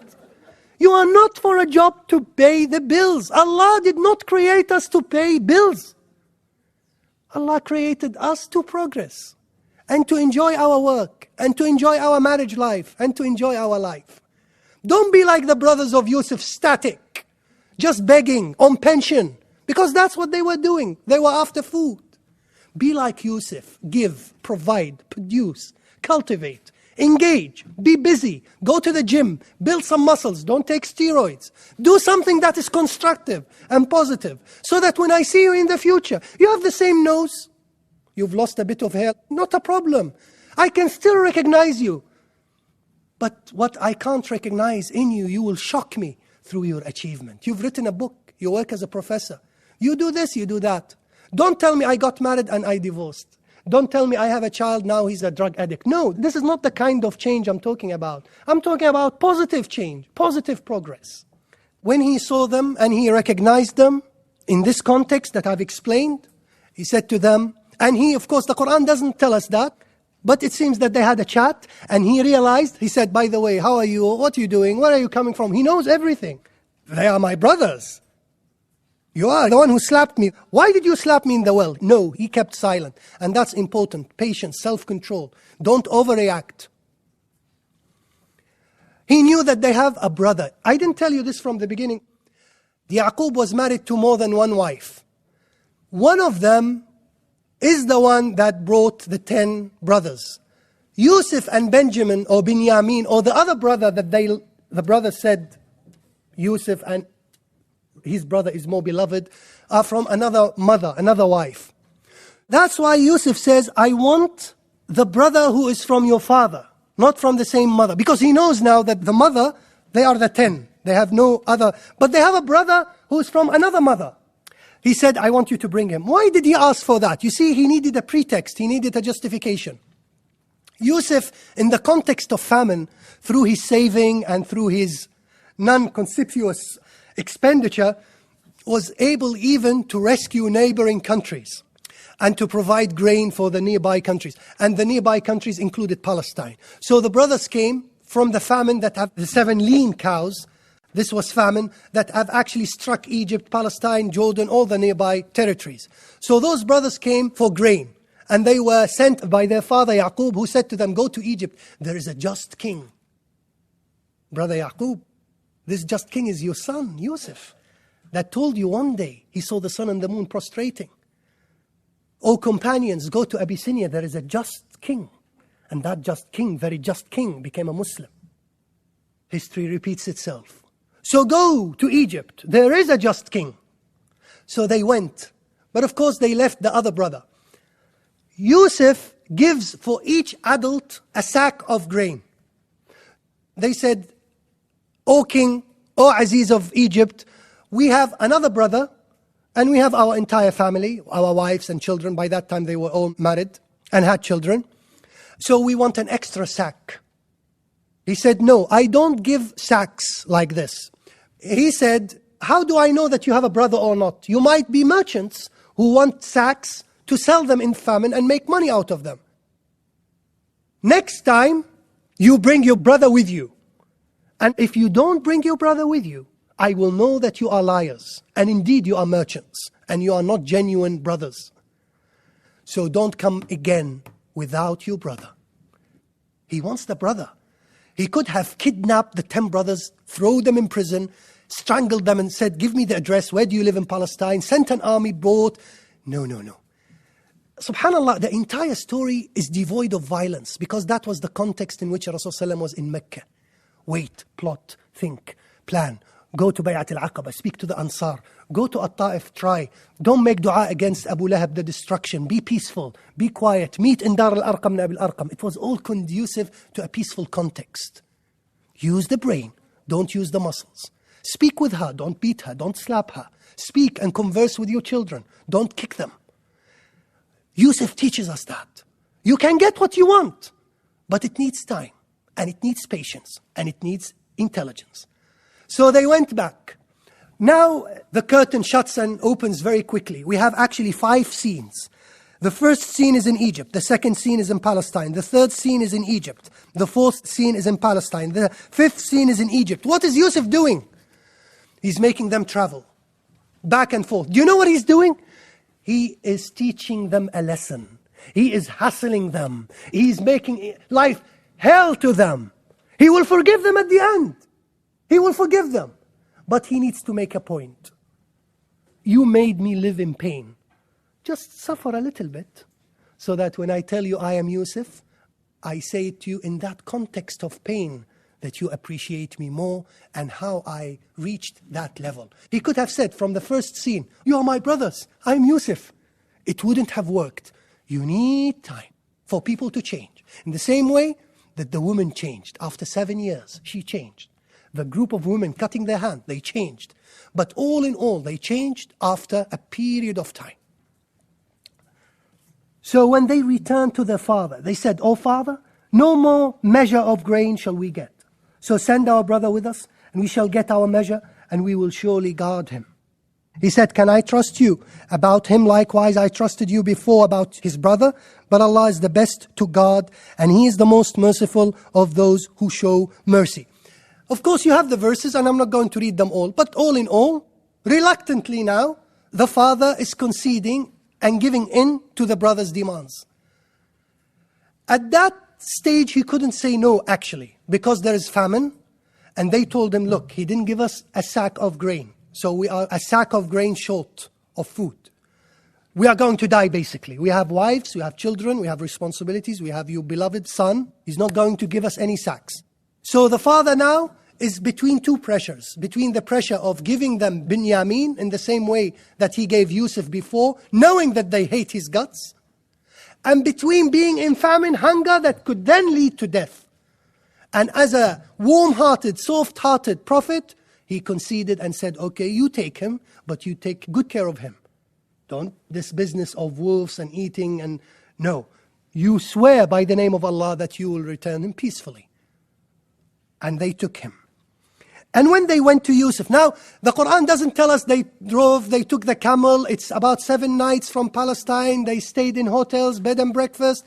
They were sweating, But really you can tell, when they enter into Yusuf, I am imagining, and Yusuf is sitting and watching and smiling.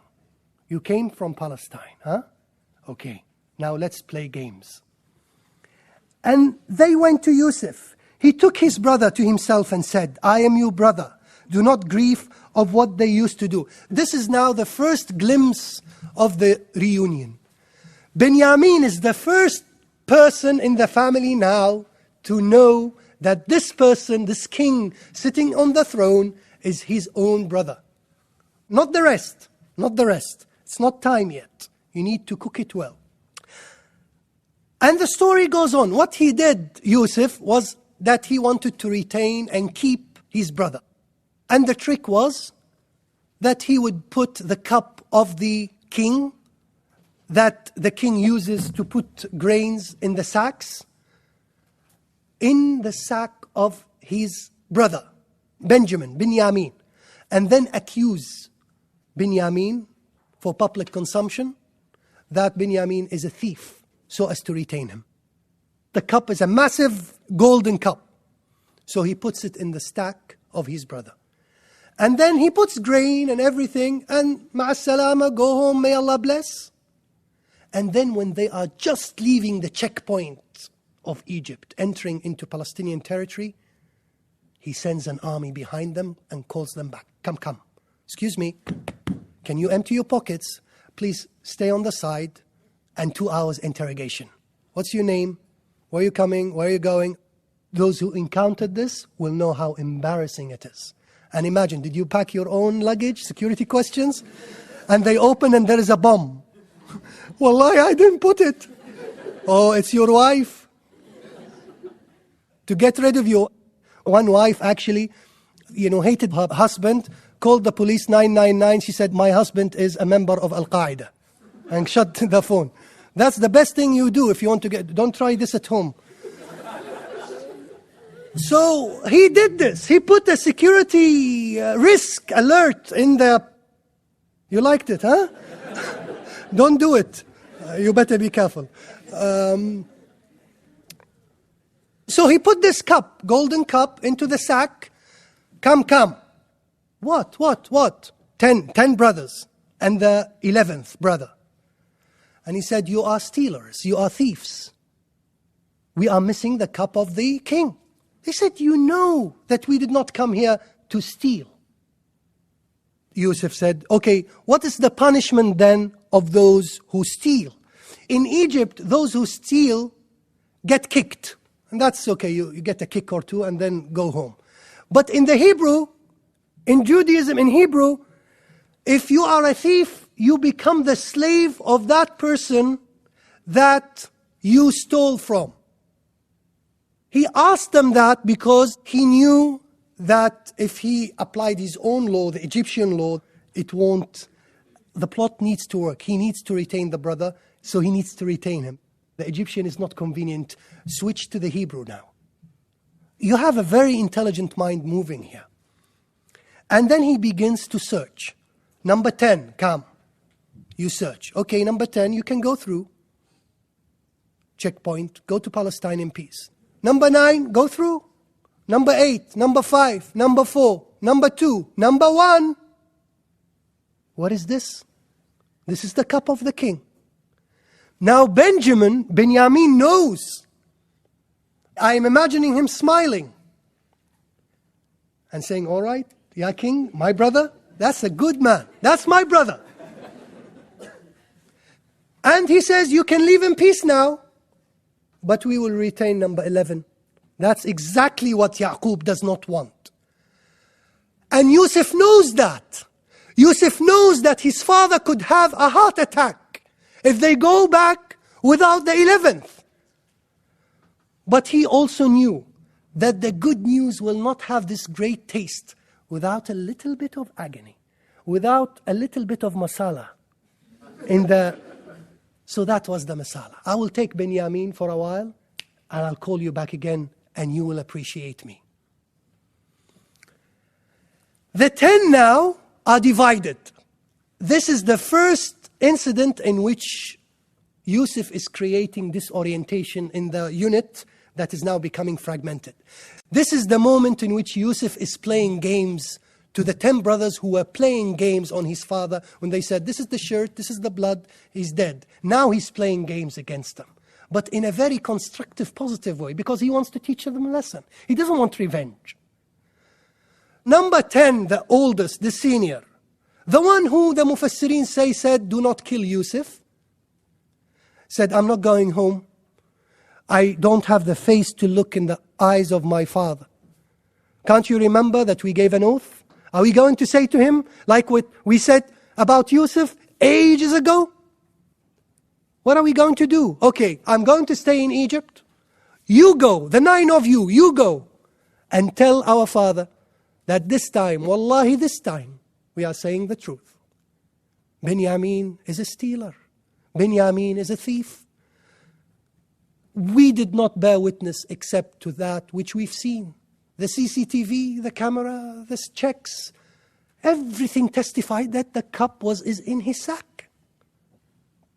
They went to Palestine, and now the father, 1, 2, 3, 4, 5, 6, 7, 8, 9. Where is the 10th? Where is Binyamin?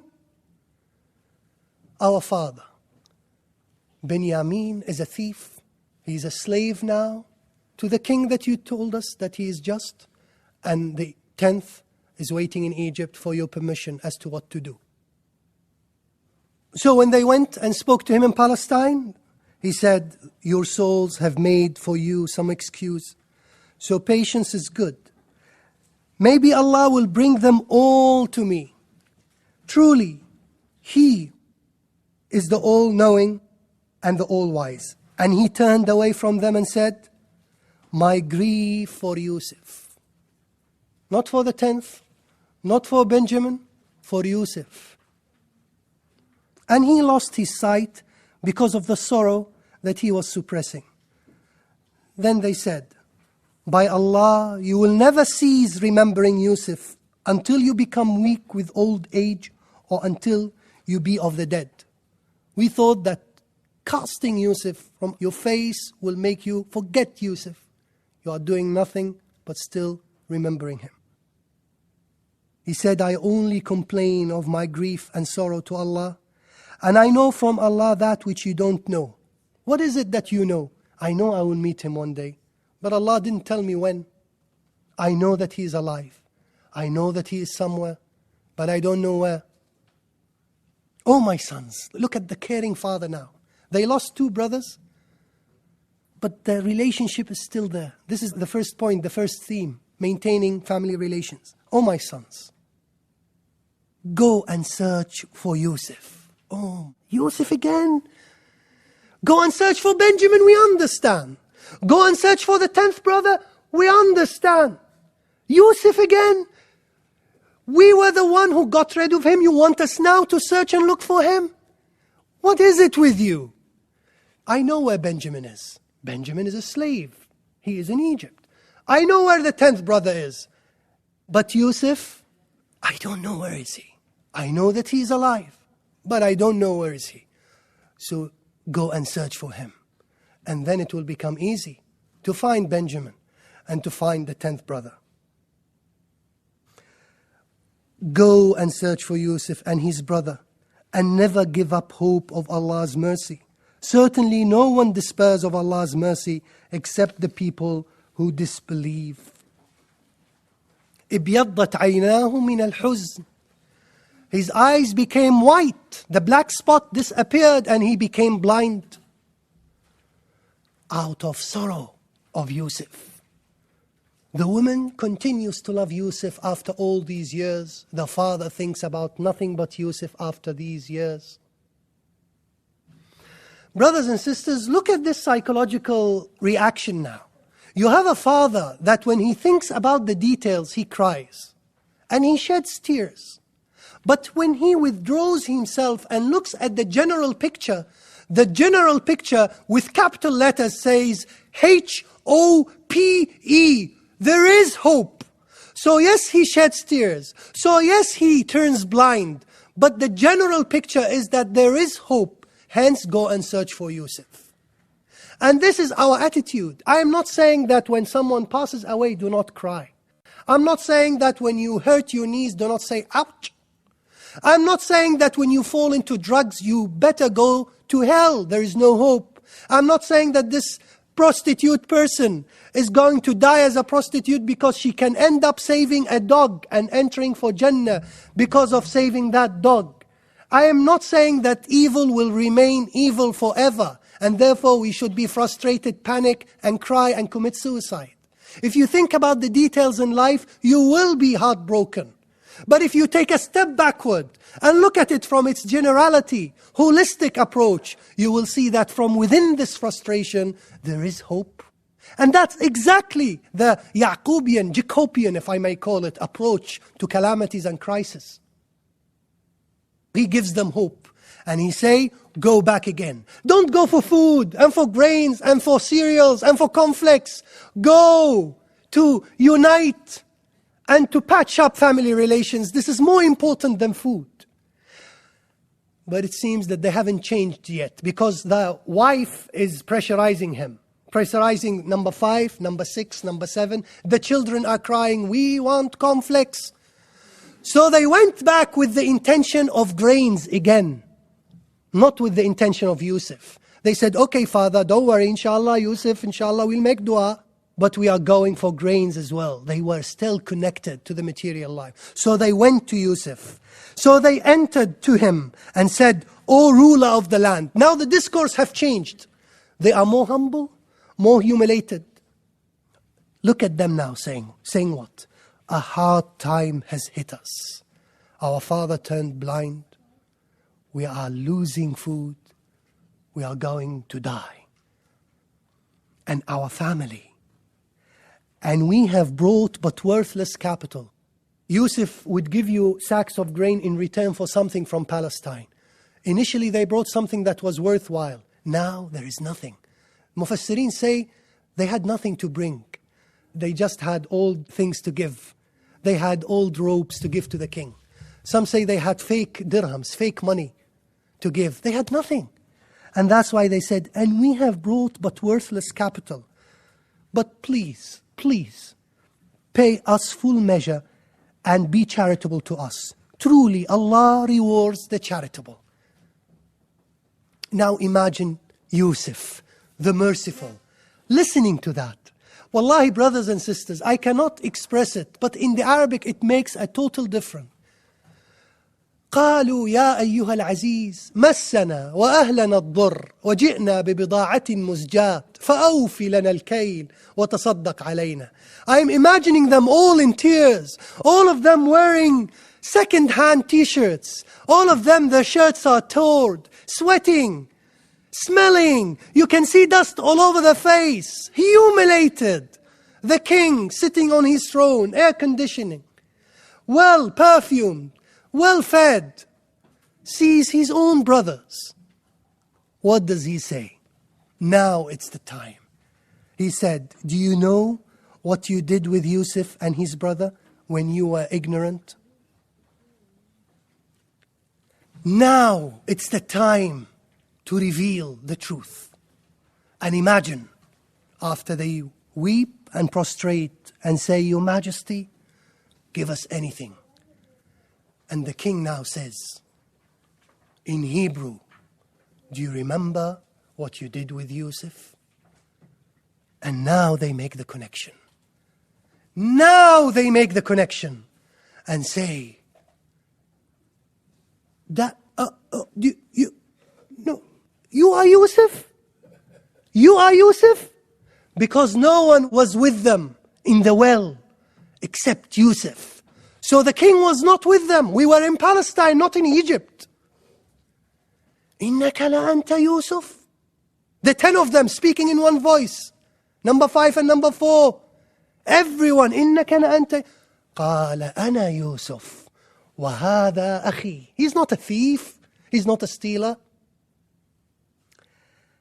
Verily, he who fears Allah and be patient, then Allah does not waste the reward of the righteous. You know how I became here? because I feared Allah. I studied hard. I worked hard. I said no to temptation. I said no to palace life. I favored my place in prison. Wallahi, I never hated you when you threw me in the well. Wallahi, you benefited me. If you did not throw me, I would not have gone to Egypt. I have made use of every situation that I have relived and adapted to it. I was patient, never complaining, saying always, Alhamdulillah.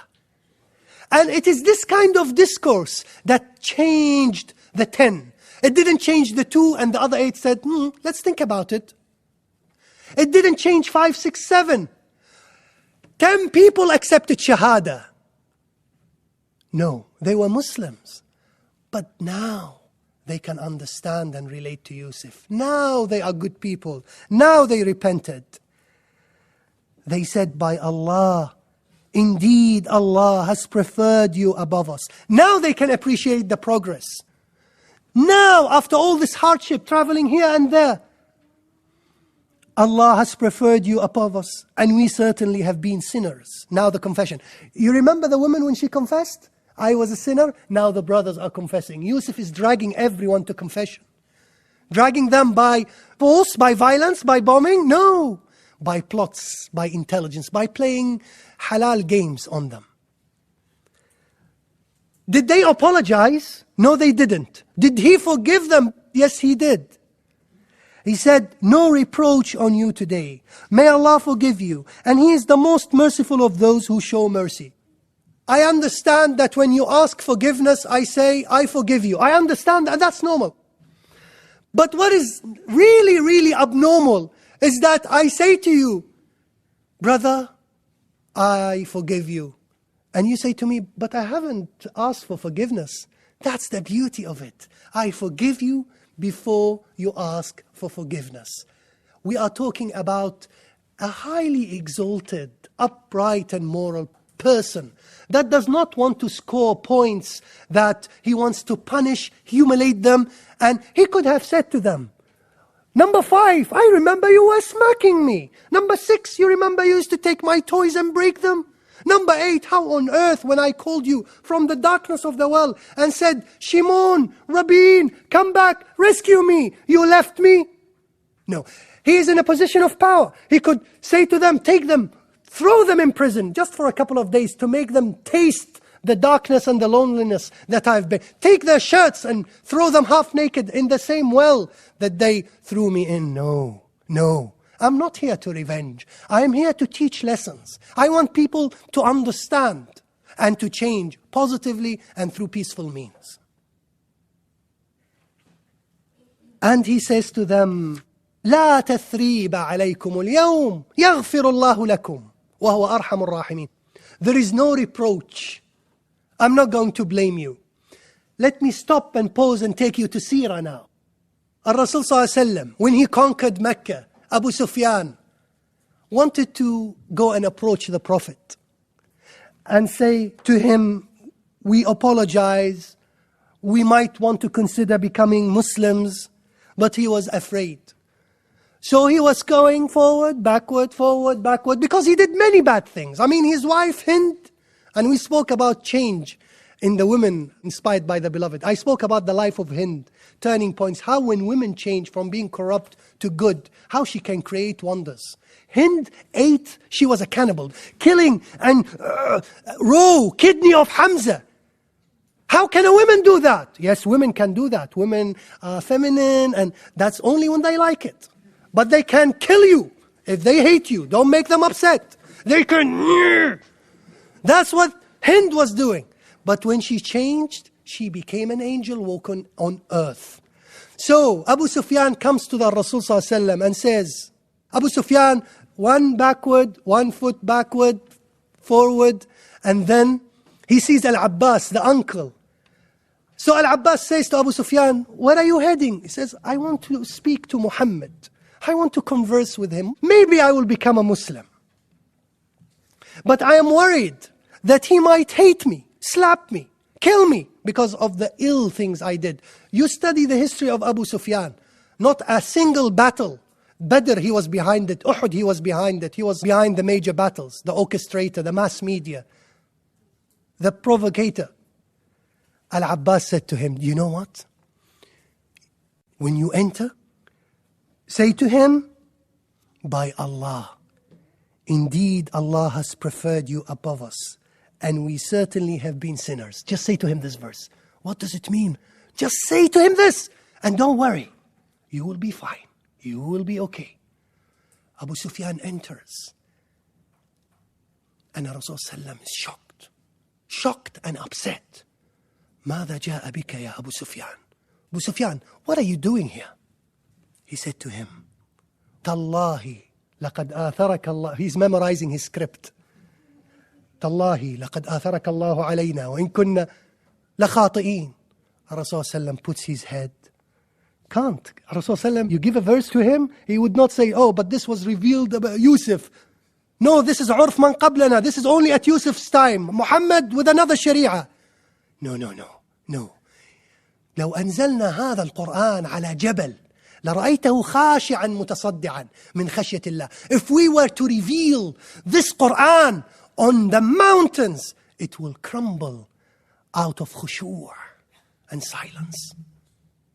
So Rasul sallam was this mountain. He put his head and raised it up again and looked in the eyes of Abu Sufyan, eye-to-eye communication, and said, no reproach on you today. May Allah forgive you. And He is the most merciful of those who show mercy. لا تثريب عليكم اليوم يغفر الله لكم وهو أرحم الراحمين. Abu Sufyan went out. Abbas said, did it work? Yes. Alhamdulillah, he forgave us. Now I can become a Muslim. And a new page began. We close the seerah, go back to Yusuf. So he patched up and they reconciled. He said, now go Palestine again. I want your father. I want the parents to come. But now, Yusuf, you don't know I got married. I have children. Oh, mashallah, how many do you have? I have 10, 15. Number 5, oh, Yusuf, I got married, alhamdulillah. I have 3 daughters and 5 sons. Bring them to Egypt. They say, the Mufassirin, that the family of Yaqub were over 70 members. The 10 brothers got married, wives and children. Bring them all to Egypt. Bring them all.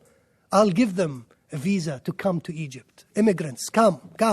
I'll find them a job. I'll find them employment. Bring them. They say that he sent 200 camels by way of transport to go and collect them. And they went, and he said to them, the third now, mention of the shirt. The shirt, subhanAllah, plays a role now. He says, take this shirt and throw it gently on the face of my father, and he will see again. The shirt that was brought in the context of misery and sadness and lie and jealousy and malice at the beginning of the chapter stands now to a positive context. Good news, glad tidings. That's why ahsan al-qasas. That's why a happy ending. I want to tell you something. The best thing in life is to reunite with your family. And when I say family, I'm not just talking about the vertical, nuclear family. I know that in this society we care about our wives, our children. But there is the horizontal extension. There is the auntie and the uncle and the baiji and all the G's in the world. There is an extended family. You progress. Don't be like the brothers of Yusuf going just for the conflicts. Go for your father. Go for your mother. Think about your sister-in-law. Think about your sibling. Think about your nephew. Be broad-minded. Think in extended terms, not in vertical terms. Family reunion, brothers and sisters, is the most important. That even the joy of the mu'min is incomplete in Jannah without his family. Allah subhanahu wa ta'ala says in the Qur'an, وَالَّذِينَ آمَنُوا وَاتَّبَعَتْهُمْ ذُرِّيَّتُهُمْ بِإِيمَانٍ أَلْحَقْنَا بِهِمْ ذُرِّيَّتَهُمْ. Those mu'mins, in the day of judgment, when they go to Jannah and their offsprings are mu'min, we will say, go and stay in the same house, in the same palace as your father and mother. As if the enjoyment of Jannah is incomplete without my son and my daughter that I used to care for in this dunya. Or my sun and moon, my father and mother. So the brothers bring shirt to father. And when the caravan departed, their father said, he can't see, but he can smell. I certainly find the scent of Yusuf, if only you think me not a dotard or crazy or an old man. They said, who they? The shirt hasn't arrived yet, but who's they? The grandsons, the 18, 19 years old boys now. Third generation.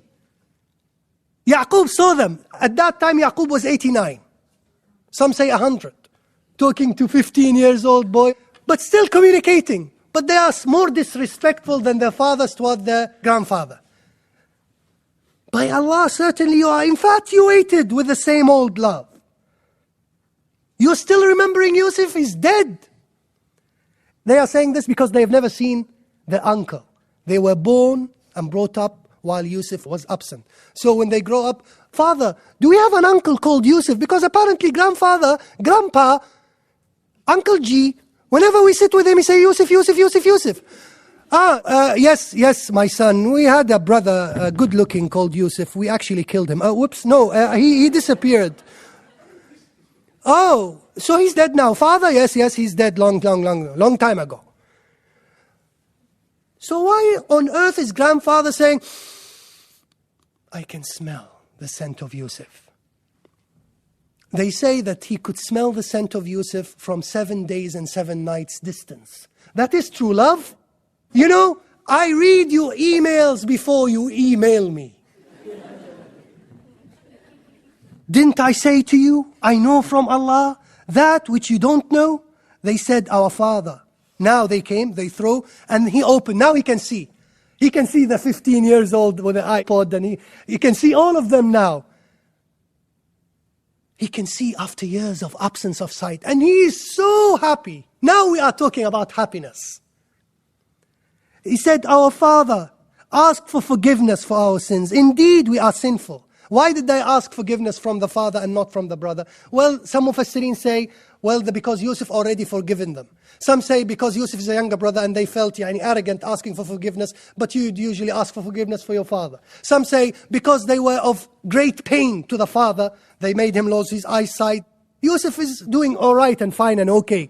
But at least our father, look at him, he's getting old and blind. So we might as well ask for forgiveness.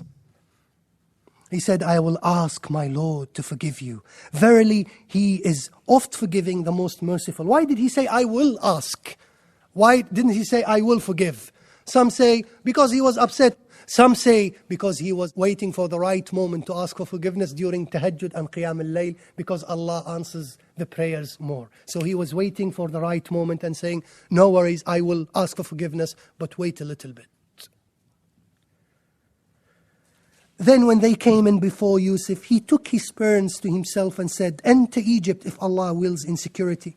And he raised his parents to the throne, and all fell down prostrating for him. And he said, my father, do you remember? Do you remember when I was 12? Do you remember when I woke up early in the morning, squeezing my eyes and saying, my father, I'm confused. I saw the sun and the moon prostrating. Do you remember my father? This is the interpretation of my first dream. My Lord has made it come true. He was indeed good to me. When He took me out of the prison, He didn't say the well, because He forgave now. When you forgive, don't mention it. And He brought you out of the Bedouin life, merely stated fact. He didn't say, brought you unemployed immigrants. No, you came from the Bedouin life to a more civilized urban life. After Shaitan had sworn enmity between me and my brothers, certainly my Lord is the most kind to whom He wills. Verily, He is all-knowing, all-wise. Allah is always mentioned by Yusuf. In any context, Allah is mentioned. And the Shaitan, you remember my father when you advised me not against my brothers? They did what they did when they were ignorant. They were young and fool. Now they've changed and matured. But it was the Shaitan that you warned me against. And indeed the Shaitan is the one that's sworn enemy. In these verses they say that Yusuf, when He received his father, he came out from his throne, went to the borders between Egypt and Palestine with bodyguards, police, the government, everyone came because he's the king. They say about 40,000 army round Yusuf. Imagine that boy that was, open your mouth, show me your ears, stand up, sit down, turn back. Now, he goes out, 4,000 in his protection. And imagine this moment of emotion. He embraces his father. Mufassirin say kisses and tears. Oh, Yusuf, you've changed. You're still beautiful as your mother. Because they say he inherited beauty from Sarah. MashaAllah, look at you. How old are you now? And imagine the kind of conversation that will take place between a son and a father after absence of 40 years. He takes him, and the throne is the highest thing in the palace. Everyone is low. He puts him on the same level because this is his father. And brothers and sisters, be proud of your father. Be proud of your mother. Put them always on the highest level. You might not have a throne, but certainly you have a throne in your heart. You have a throne in your house. You have a throne in your bank account. Put them on the highest level. Treat them well, like they used to treat you well when you were wearing nappies and smelling. Be tolerant to them. They might act funny, but you were also acting funny when you were a baby. You were breaking the glass, you were breaking the house, you were urinating on their father's clothes, you were doing all sorts of rubbish, naughty things. They tolerated you, they cleaned you, washed you. Now it's time to repay them. And however much you repay, you will not be able to do 10% of what they did to you. So Yusuf could bring his father on his throne. And then, in the midst of this partying, in the midst of this joy and cutting the cakes and distributing the drinks and everyone is speaking and talking, Yusuf again withdraws himself. In the same way that he withdrew himself when the women were seducing. Withdrew himself from the midst of that joy to connect with who? To connect with who? To check his text messaging? To check his email? Connect with Allah. My Lord. Imagine they are giggling at the next room, laughing. Yaqub is looking at Egypt, what a wonderful place. Binyamin is happy, a new country, new house. Alhamdulillah, my brothers have changed. They've changed. The brothers repented. Everyone is good. Everyone is nice. All, the women, the king, the prisoners, everyone changed. Yusuf in a small little room, whispering to Allah. No cameras, no 4,000 bodyguards. My Lord, you have bestowed on me a kingdom and taught me something of the interpretation of dreams. Something. Look at this modesty and humbleness. The creator of the heavens and the earth. You are my helper in this world and in the hereafter. Make me die as a Muslim. Is that what you are thinking about? I think it's time to think about death now. No power, no women, no wives, no children, no brothers, no loving father. Now I'm too old. Now I want to die in peace as a Muslim. I've reformed the country. I've changed the women. I've changed my brothers. I did what I was expected and hoping to do. Now, oh Allah, if it's time for me to die, at least I want to die as a Muslim. And oh Allah, وَأَلْحِقْنِي بِالصَّالِحِينَ, and join me with the righteous. He didn't say, I am the righteous. Al-Hiqni, the righteous are there. Oh Allah, just pick me up and throw me with them. I want to be with them, with the righteous. And here we have a happy ending. Let me read what I wrote under reunion. 1. Yusuf had progressed since he left his hometown in Palestine, and that was one reason his brothers couldn't recognize him.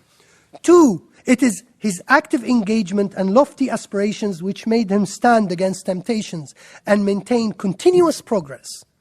3, the brothers, who had always been negative in their way of thinking, didn't change much since, even on the level of their feelings towards Yusuf. 4, focus, concentration, and self-control against intended or unintended provocations are important elements in the success of a well-planned vision. Yusuf didn't lose his temper when he was provoked by the false accusations of his brothers that he was a stealer. 5, however much there is family breakdown, there will always be hope it could reunite. Yaqub had great hope that Yusuf was still alive and that his sons could one day find him. 6, avoiding reproach is one way to patch family severed relations. Do not reproach. Do not say, why did you do this? Why did you do that? It's easy to do that. Just forget it and forgive and learn to forgive. It's even constructive for your own energy. The more critical you are destroying yourself. You develop what's called negative energy. 7, connection with Allah is what cements family relations. Yusuf is connected with Allah now. Yaqub is connected with Allah now. The brothers are connected with Allah now. And it is through this connection with Allah that the family become connected with themselves.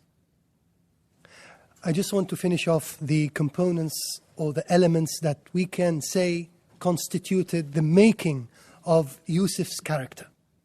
And more or less, I will not say anything new from what you've heard, except trying to make a link now in verses that are spread throughout, but make some sort of a coherent link, like a jigsaw puzzle, in creating a particular component that can then make us appreciate the character of Yusuf.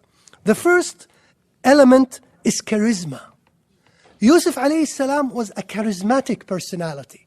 And I've explained perhaps in the themes during this course that charisma has nothing to do with looks.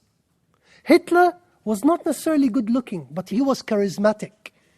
Gandhi, Malcolm X, Martin Luther, Mandela, Ahmed ibn Hanbal, Bukhari, Abu Hanifa, Salah ad-Din.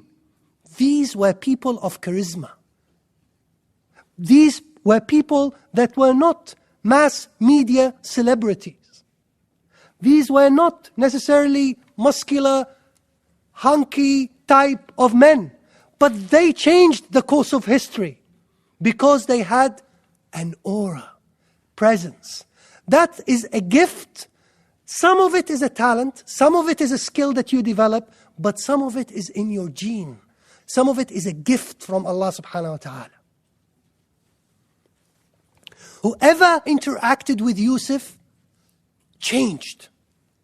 Whoever interacted with Yusuf was disoriented. His father was in love with him. The travelers, the moment they saw him, Ya Bushra, hada ghulam. What a good news. This is a boy. The al-Aziz immediately came up with this decision that we will take him as a son. The wife of al-Aziz could not control herself, shutting the doors and seducing him on a continuous basis. So much so that she had no problem scandalizing herself in front of a women gossip community and saying, this is the person that you reproached me for, and if he does not do what he is told, I will throw him in prison.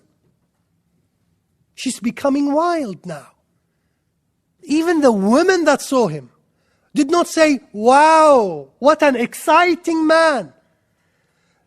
His presence made them utter different words. What a noble angel. They didn't say angel so that you don't think it's about beauty, but it's about nobility. He's a noble and happens to be good looking, but with dignity, decency and nobility. The prisoners, verily, we see you righteous. Inna naraka min al-muhsinin. What is ihsan? What is a muhsin? Someone who's blonde, someone who's black, someone who's white, someone who's a Caucasian, Indian, Asian. It has nothing to do with the looks. It's how you behave and how you conduct yourself. The brothers, verily, we now understand. We now know why Allah favored you upon us. We were mistaken. We thought that it was just a love affair between you and our Father. No, it's deeper than that. The Creator of the entire world loves you and favors you. Look at you.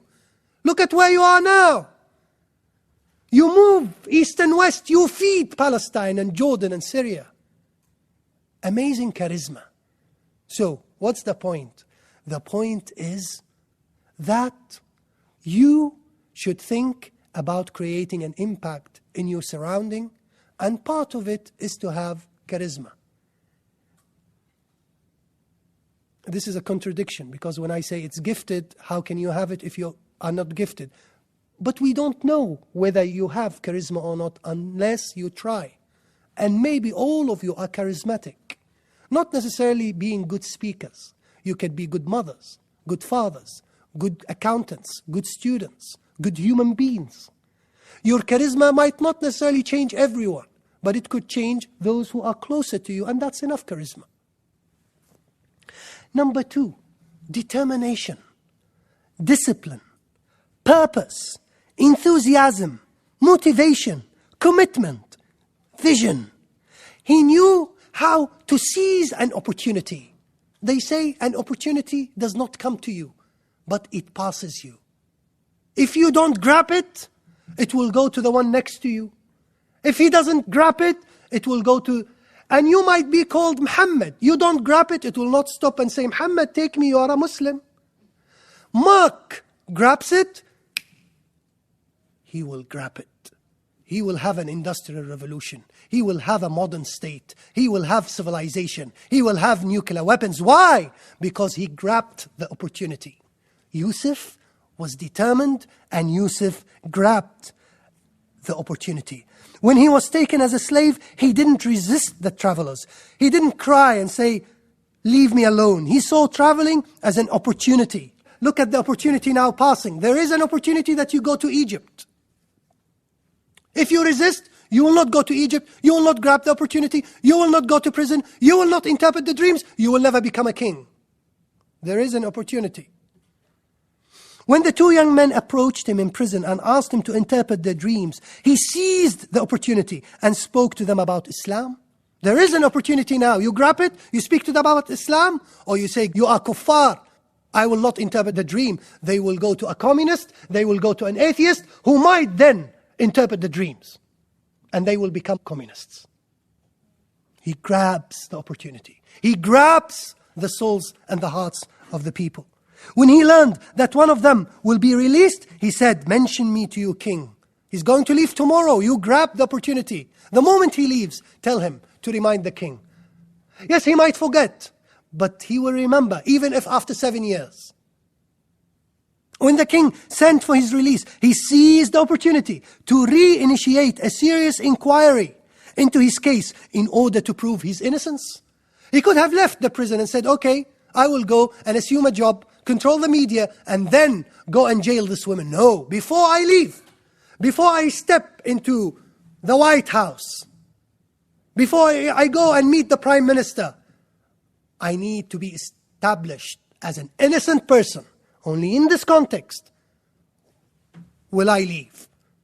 And the opportunity came for him to initiate the inquiry, and he grabbed it.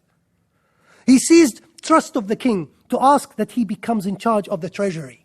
The king wanted him to work under him as a consultant, as someone giving him an opinion whenever he uses it, whenever he needs it. No, I'm not a consultant. I can be your boss. I can be your manager. اجعلني على خزائن الأرض إني حفيظ عليم. He grabbed the opportunity when he felt that he grabbed the soul and the heart of the king. The third element, we are talking about a balanced character. A character that does not overreact. A character does not change prior 9/11, post 9/11. A character that does not change according to the change of weather. A character that does not get hyped up and then withers and dies away. A balanced character. A character that is firm and has a vision and does not overreact or get provoked. When seduced by the woman, he didn't comply. Neither was he harsh or rude. He didn't swear at her. But he only said, may Allah forbid. He is balanced even when he rejects something. When he was accused by her, he did not keep quiet. And at the other end, neither did he speak abusively, but he was polite and brief. It was she that seduced me. He could have said, oh, you liar! Look at the shirt! Who did this? He could have said this. And the husband would have understood and appreciated, and there was perhaps no need for a witness. But he was quiet. Not passively quiet and turning the other cheek, but just said, hiya rawadatni an nafsi. And it's up to you now to check. Be cool, be calm, be balanced. When asked by the two prisoners to interpret the dreams, he did not ask for a charge or a fee. Neither did he interpret for no return, for free, totally free, but charged that they listen to him speaking about Allah. So on the one hand, he was not selling, commercializing his talent. But at the same time, he wasn't just, yes, next, interpretation of dream. I saw an apple. An apple, that means you will die. I saw a banana. Banana means, inshallah, you will be released. No, he wasn't doing that. He was in charge and in control. He was saying, I will interpret the dream free of charge, but you need to listen first to what I have to say, and when I am done, I will interpret the dream. Balanced. When the saved one was released, Yusuf did not neglect him. Neither did he humiliate himself to him, but articulated his request with dignity. Mention me to your Lord. And that was it. Please mention me. You won't forget, won't you? Write it down. That's my email address. Please, call me at least for an interview. I'll fill an application form. Why didn't you come? No. With dignity. He grabbed the opportunity again. Charisma, enthusiasm, determination. But when he grabbed it with dignity, briefity, decency. In the same way that he said, hiya rawadatni an nafsi. Constructive. When that person came again and asked about the interpretation of the king's dream, Yusuf didn't reproach him, neglect him, or even asked him to mention him to his Lord again, but offered his interpretation directly. He didn't reproach his brothers. He didn't get fussy about details. He was more interested in the generality. And that's how you can become constructive. Always build, don't destroy. Criticism is a form of destruction. Have this positive energy again, rather than the negative energy. The negative energy, why is this brother didn't speak me? Why did this sister didn't do this? Why this organization? Why are the Muslims? Why are this? Why are that? This is negative. How can I help? How can I contribute? I have certain talents and skills. How can I do it? How can I contribute? He is consistent. Consistency is a fourth element in the making of Yusuf. All in the narrative, all in the qissa, the story, were changing except him. That doesn't mean that he was stubborn or naive or superficial or not responding to his environment and surrounding. But in terms of the essence of his character, he had a vision, persuasion. He had deep-rooted, well-established identity that he wasn't changing. He wasn't having every day and night identity crisis. He goes and listens to this speaker, he becomes a follower and a murid of that speaker. Then he goes to another speaker, he changes and becomes the follower of that speaker. He emulates him in the accent, in the dress, and where he comes from. He went to Mauritania, I'll go for Mauritania. He goes to Yemen, I'll go to Yemen. He goes to hell, I go to hell. You can't do that. You need to be firm. I'm not saying be stubborn, but you need also to maintain an element of stability in your life. You need to do that. And that has nothing to do with you being old or young, married or unmarried, Britain or Kuwait. Has nothing to do with that. Has nothing to do with mood, whether you are feeling bad or good, whether you are rich or poor, employed or unemployed. It has to do with the core of you. That consistency, you can see it in the character of Yusuf. When he was young and old, when he was at home and abroad, he wasn't dual-faced. Yeah, my father is watching, now I'm in the well. I am in the palace now with this girl. Let me give da'wah for her, we might, have a nice... No! Father is here or not here. Allah is here. This is the element of consistency. When he was a layman and when he was in power and in charge. When he was with people or when he was in private. When he was free or when he was a slave. When he was single and when he was married. And he got ultimately married. When he was a prophet, when he wasn't a prophet. When he was in the well or prison or in the palace. Yusuf is Yusuf, the constant moving character in an ever-changing world. But there are other elements that we can write essays and articles and books about. And they are a lot. But I thought I would mention them very briefly. He was decent, moral, virtuous. Self-control. He suppressed his anger when his brothers accused him of stealing. Self-confidence. When he said, set me over the storehouse of the land. He had a strong memory and alertness. He recognized them, his brothers that is, but they didn't. He was caring. O two companions of the prison. He was forgiving, no reproach on you, may Allah forgive you. He was generous, bring me all your family, even if they were over 70. He was eloquent. When he spoke to him, the king was impressed. فَلَمَّا كَلَّمَهُ قَالَ إِنَّكَ الْيَوْمَ لَدَيْنَا مَكِينٌ أَمِينٌ. When he spoke to him, he said, this day you are with us in high rank. When you sit with someone, you listen to him. Wow, he's amazing. He's eloquent. He's deep. He's intelligent.